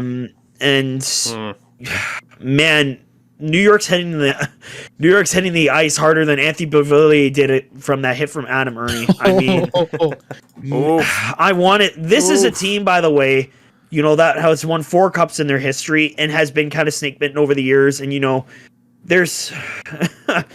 Obviously with the departure of Jonathan Days, that's a totally different can of worms. But I mean, they seem to have found success without Tavares since he left. But now this year, you got, Sorokin was supposed to be like the next big thing. But man, Varlamov has fallen off hard, hasn't he? Like, it's kind of disappointing. And I mean, I know as Leafs fans, the Islanders, make fun of us for the whole Tavares thing. And, they still have a kind of a right. Yeah. But I don't. Again, I can't help but side with Tougie. I don't know if firing Barry Trotz is the best move. It might be your only move because really, who are you gonna trade down the road? It's that. And you can't get rid of perennial GM of the year, Lou Lamoriello. He's going to win awards. He's going to die as a fucking GM, that's for sure. It's funny that you think Lou Lamoriello's going to die. You want a psych just signing the contract. He's still going to be signing checks from his hospital bed at some point. My Lord, but I mean, that Lou Lamoriello is arguably one of the greatest GMs in NHL history. I mean, guy's got way too many rings to even count. And you look at this Islanders team going down the road for the rest of the year. They obviously have their first round. They only have missing 2 draft picks in the 4th and 7th round. I mean, if this team continues to slide, do you not start to sell the farm? That's what I'm starting to question. You have just under $1.5 million of cap space to work with going into, obviously the trade deadline and for next offseason. If this team doesn't start to find the pieces, not only is Barry Trotz going to be gone, they might have to make a big splash getting rid of one of those big contracts. I'm not saying Matt Barzal particularly. I think he should stay an Islander because there was that one year he almost didn't end up being an Islander, and that was scary for New York. Maybe you move on from, I don't know, guys like, this is a stretch, but maybe you get rid of I don't think anyone's going to take that Peugeot deal. That's an insane amount of money. Dan Anders' Lee contract is already blowing up in their face at this point. I get he's their captain, but you can only go up from here, right? You have to make some kind of shakeup. If you keep losing this way, eventually fans are not going to start coming to your new home, which is a beautiful arena. But man, that's not the best way to break it in, is it? That's all I got to say. I hope the Islanders can turn it around. And again, I don't think Barry Trotz being fired would be the best decision. It probably will happen, and we can't do anything about it. It just is what it is. Final 2 games here before I turn over this podcast to Endo. The Kings beat the Oilers 5-1. Can't wait. Rather surprising result. McDavid was called for 5 in a game for boarding Adrian Kempe. It seemed to be more of a temper thing in response to what appeared to be another no call against Connor McDavid, because, of course, that's how the league is officiated. It was the correct call, though. And, hey, no further disciplines needed. 5 in a game. Justified. I believe the Kings did score 3 goals, though, on that ensuing power play. Adrian Kempe had 2 goals in the game. He's up to 10. For the Oilers, I mean, the only real bright spot is Darnell Nurse came back to the lineup. He scored his first of the year. He does have an 11 assists, though, in 17 games played, so not too bad there. For the penultimate game here, before we turn it over, the Vegas Golden Knights beat the Calgary Flames 3-2. Kenny Dodonov, 7th of the year. And Robin Lehner became the first NHL player to opt out of going to the Olympics. Now, we've talked about it on the show. We've had our doubts as to whether or not it's even going to happen. It just seems unlikely at this point. But, as we've learned, positive tests equal a 3-week quarantine in China, which Robin Lehner has been quoted in saying as that is not ideal for his mental health. No shit. I don't think that's ideal for anyone's mental health. And to this as well, like, this is a point that was brought up to me by a lot of different people. The U.S. technically announced a diplomatic boycott of the upcoming Olympics in China. The bottom line is this is essentially a move for show. More than anything, it's political posturing. The U.S., as it stands, will still be taking part in the Olympics. Now, there's a difference between this diplomatic boycott and actual boycotts. For those who do not know, the 1980 Olympics were in Moscow. The U.S. did not go in response to the Soviet invasion of Afghanistan. They flat out didn't go. You can look up the medal counts from that Summer Olympics.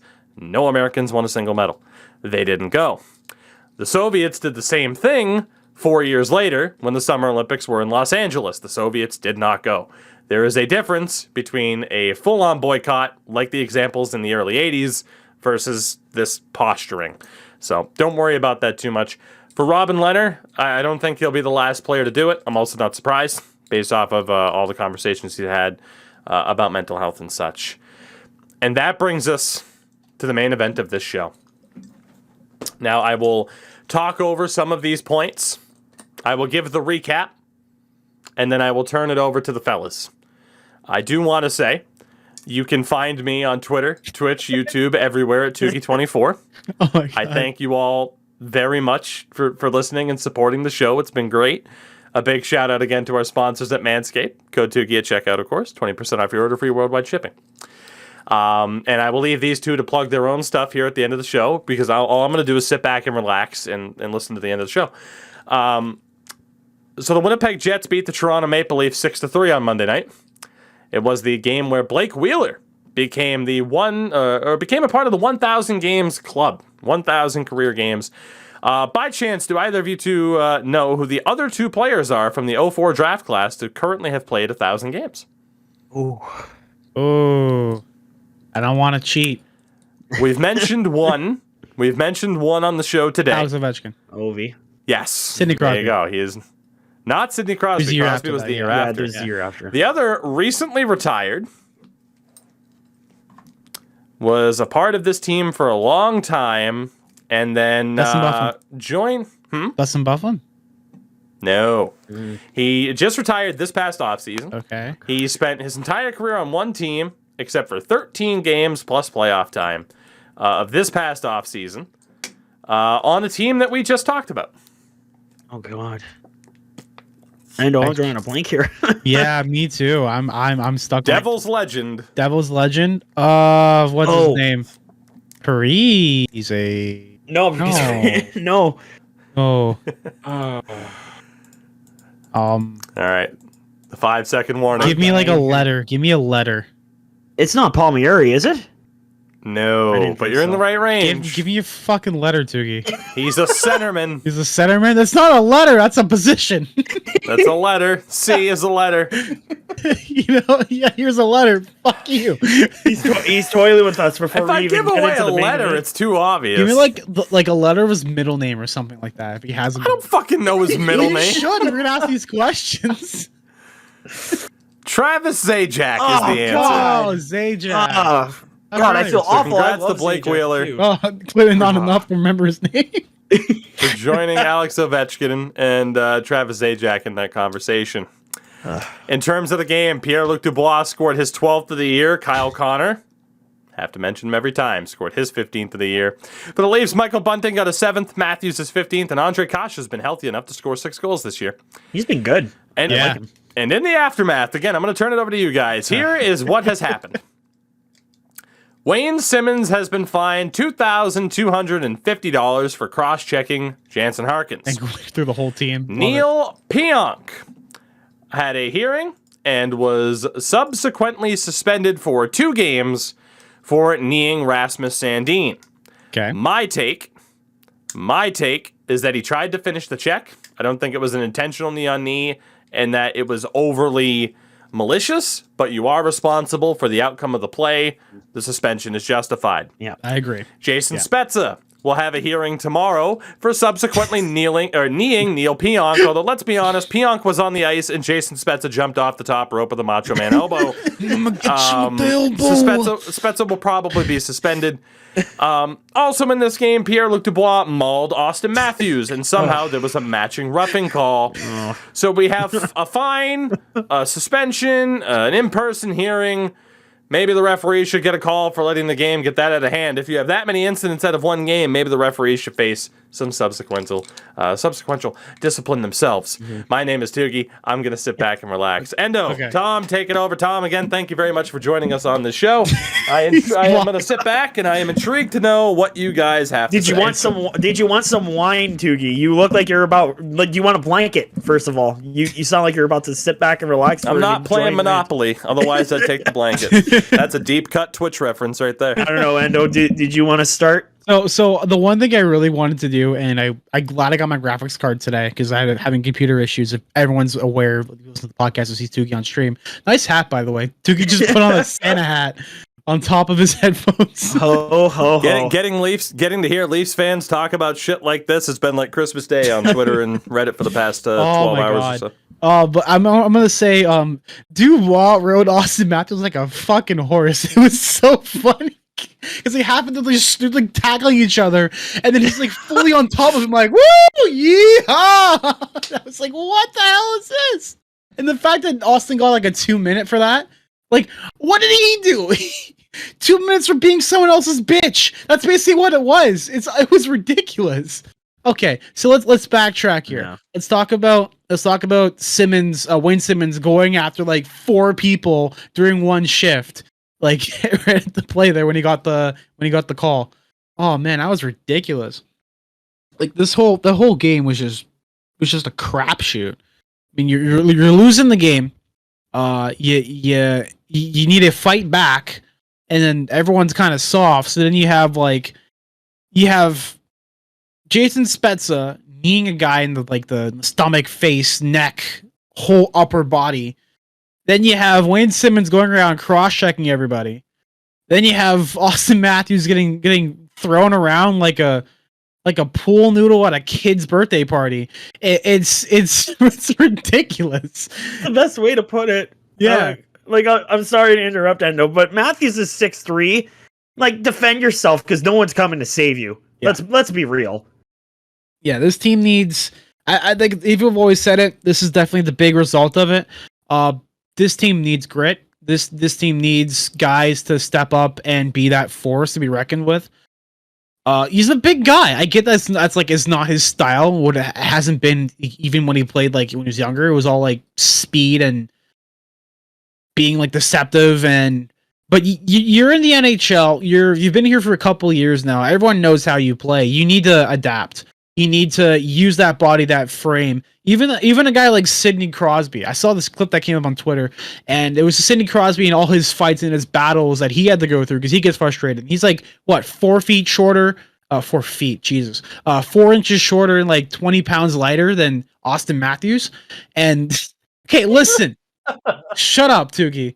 You shut your mouth and go on your phone and do whatever. File your taxes. I don't know what you do. Old man, Jesus Christ. But yeah, I lost my train of thought. But like you're that big of a guy. You should not be getting manhandled by like Dubois. You should be able to stand up for yourself. Like you said, no one's gonna come and save you. You have to be the guy who's gonna go out there and deal with it and fight back. Like this is the proven method right now that we need to be stronger. But I mean they, because I just sit on my ass and laugh at all the shit happening. Before I get into my part, follow me on Twitter at TGM_play-by-play. Again, boys, thanks for having me. Now I'll admit I didn't watch the full game. I only caught like the second half, and thank God I caught the second half because that's where everything kind of blew up in our faces. Let's talk about the Pionk knee first. I agree with Tougie. He's trying to get out of the way, but again, you're responsible for your own body. Player safety confuses me. The officials didn't call it on the ice, but they think it's worthy of a 2-game suspension. So, I don't know if the officials played a part in this suspension process. I doubt it. But did they not see something here? Did they see something we didn't? I'm very confused. And then Sandin, he looked awful going off the ice. And that's how this whole powder keg started. And then, Jason Spezza, as Pionk is going to go after the puck and tries to swat it out of the zone while diving, he's in a very vulnerable position. And again, he got tripped up in open ice. You can see the way Spezza's look at him. It's like, all right, I'm going to get revenge for my rookie. Here we go. And he goes in like, I hate to say this, he looks like a running back going through the middle and just drops into Pionk on the ice. Mm-hmm. I talk so highly of Jason Spezza. Yeah. And pardon my French, but what the hell are you doing? What are you thinking dropping the body in on a guy in a vulnerable position like that? That ruins almost all credibility of how amazing of a player you are. I don't care what history, if any history, Jason Spezza has. He's going to get suspended longer than Neil Pionk is. I don't know if you agree with me, Endo, but there was some pretty malicious intent behind that. Yeah. If you ask me. Yeah. It reminded me of like Metroid, like Samuson's doing that charge shot across the screen. That's what it looked like, just charging right across. There's no need for that. You can tussle a guy, you can hit him on the boards real hard, but just going an open ice hit like that when he's already down and out of the play, that's unnecessary. I get it, and I get some people's defense is going to be it's a bang bang play, but he was going for the hit regardless of where on the ice Neil Pionk is. I'm sorry, there's no defending this. Mm-hmm. And I tried to stay vocal off of Twitter. Because, one, I'm friends with a lot of people who are Leafs fans. Hell, I'm friends with Joe Bowen because his kid played for the team I work for. What Jason Spezza did was embarrassing, to say the least. I'm not even mad we lost. It's how we lost that game. I say we like I'm part of this team. I'm embarrassed on how they lost this game. And, I go through my Twitter, and then we get to Matthews getting thrown around like a rag doll. Mm-hmm. You're 6'3". I get this isn't your game that you play. You don't like to go after players like that. Man, stand up for yourself because no one's coming to save you. Are you kidding me? Yeah. And Jason Spezza's the guy that's gonna be the enforcer in the situation. Really? Really? This is the same situation we've had for many years. Or I should stop saying we. I'm not a part of the team. This is the same situation they've been having for years. No one coming in and standing up for these young guys. No one comes to defend Matthews. No one comes to defend Marner. No one defends Nylander. They won't even defend their own goalie, for crying out loud. Like, are you kidding me? It's insulting on how nobody stood up for anybody at that point. So, and then the coup de grace in my eyes. Final 30 seconds of the game. Simmons starts a fight on the boards. I get his intent. Is it necessary? Not really. In comes Logan Stanley. Oh, yeah. And he's the third man in that whole situation. I don't care what anybody says. If you're the third man in, you should be subject to some kind of punishment. Suspension, fine. I don't care what it is. Investigation, yeah. He's the third man in, and he drops the mitts with Simmons. I thought it was an okay tilt. It is what it is. Mm-hmm. And then as he's being skated off the ice, puts his arms in the air like Joe Bowen said, like the heavyweight champion of the world. That's embarrassing. How can you support something like that? You're the third man in. You're going to celebrate like you KO'd like the toughest guy in the league. I'm sorry. I'm trying not to be biased here, but that was unbelievably stupid. And then the locker room after the game, I said it on Twitter. Showboating after getting fed a knuckle sandwich gets you player of the game, eh? That's a good move. Right. I can't wait for the next time these two teams play. And I'll give credit to Kevin McGran on Twitter. I think he said it best. Good officiating would have prevented all of this with Pionk, Simmons, and Spezza. They let this game get out of control, and that's their job. You're supposed to police the games and make sure players don't get hurt. And Jim Ralph from the Toronto Maple Leafs broadcast said it best. Why are the linesmen going in to separate Stanley and Simmons? That's how people get hurt. If a linesman gets hurt, then the NHL's going to point fingers at Simmons and Stanley saying, hey, that's your fault. Mm-hmm. Not the linesman's fault. So that whole game was, not the whole game, but that third period was a mess. Yeah. And as a Leafs fan, I was pretty embarrassed with how that happened. And again, Leafs fans, you could come after me in my DMs or on my socials. I don't care. You shouldn't be proud of that game last night. I'm not. Again, I'm not embarrassed that they lost. It's how they lost. And I don't know how many games Spezza's going to get. My voice is getting hoarse because my voice is trying to tell me you should shut up now. But this Leafs team, they need a good kick in the rear end. They've had a lot more highs at this point of the season than lows. I remember everyone hitting the panic button with their losing skid, myself included. I'll be first to admit. This team's turned it around, and this was a humongous bump in the road. You kind of got sucked into the propeller of a Winnipeg Jet, and you just got, I shouldn't say manhandled. I mean, Matthews got manhandled, but like the Calgary Stampede out there. Oh, no kidding! Freaking looking like the Winnipeg Blue Bombers. Are you kidding me? I don't know what happens from here. Spezza's going to be out for a while. There's no doubt about it. Again, I don't care if past history. You throw a hit like that, like a running back going through the middle, taking down a QB on a QB slide, you're subject to whatever criticism and, whatever punishment you get. Much like myself, I'm probably going to get criticized and, possibly punished for voicing my opinion on this. But, I was... Nah, you'll be fine. I was kind of embarrassed to be a Leafs fan last night, given how they handled that circumstance. I can't wait for the next time Winnipeg and Toronto plays. That'll be interesting. But yeah, it was the only thing you're gonna get criticized for is being the first person to bring up the CFL on this podcast. Yeah. Oh my God. Sorry. We have a Canadian host and myself, and I've not mentioned the CFL once. You brought up the stamps, so thank you for that. Yeah. Oh my God. And before we head out, I've got to plug my stuff. Endo Mills on Twitter, Twitch, all the places, all the faces. That's where I'm at. Last thing I'm gonna say about that whole thing is this is definitely, like you said, a wake-up call, and they need that. And I hope this does light a fire. If not, they're just gonna be calling up Curtis Gabriel, love him, to come beat the living shit out of what was it, Logan Stanley? Whatever the fuck his name was?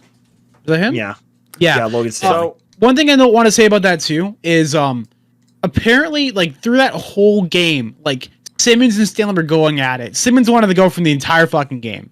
And then the one time this happens and he gets a chance to fight with him, Stanley comes in like the third, like you said, the third guy in and gets this fight. He's like, yeah, I did it. Look at me. Are you proud, Dad? Look at me, Mom. Like, I did it.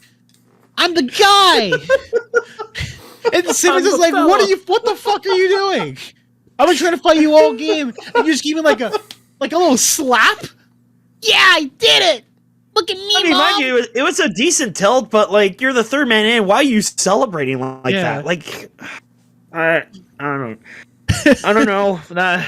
That was a tough pill to swallow after that. And again, the Leafs have been a punching bag for a few years in terms of playoff performance. I don't know, Endo. It's tough being a Leafs fan some days. I mean, I'm still proud to, represent the blue and white most nights. But last night was just not a good night for any Leafs fan, at least in my opinion. Again, you can tell me whenever you want, as Tougie relishes in our dumpster fire. Oh, I've had a great time. I've had a great time. Yeah. I can tell. You know what? In spite of that, I hope something happens and Tuukka Rask has to be the goaltender against the Bruins. How about that, huh?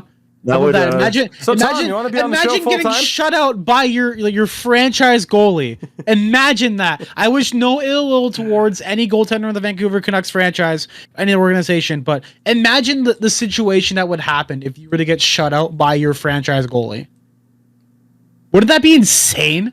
That would be kind of ridiculous, but you almost get the feeling that weird things can happen. We said the same thing about David Ayres. There's no way this guy's going to come in and beat us. Scott Foster. Yeah, oh, that was beautiful. I don't know.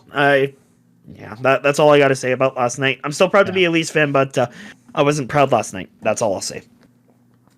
Boys, it was fun. Thank you both again.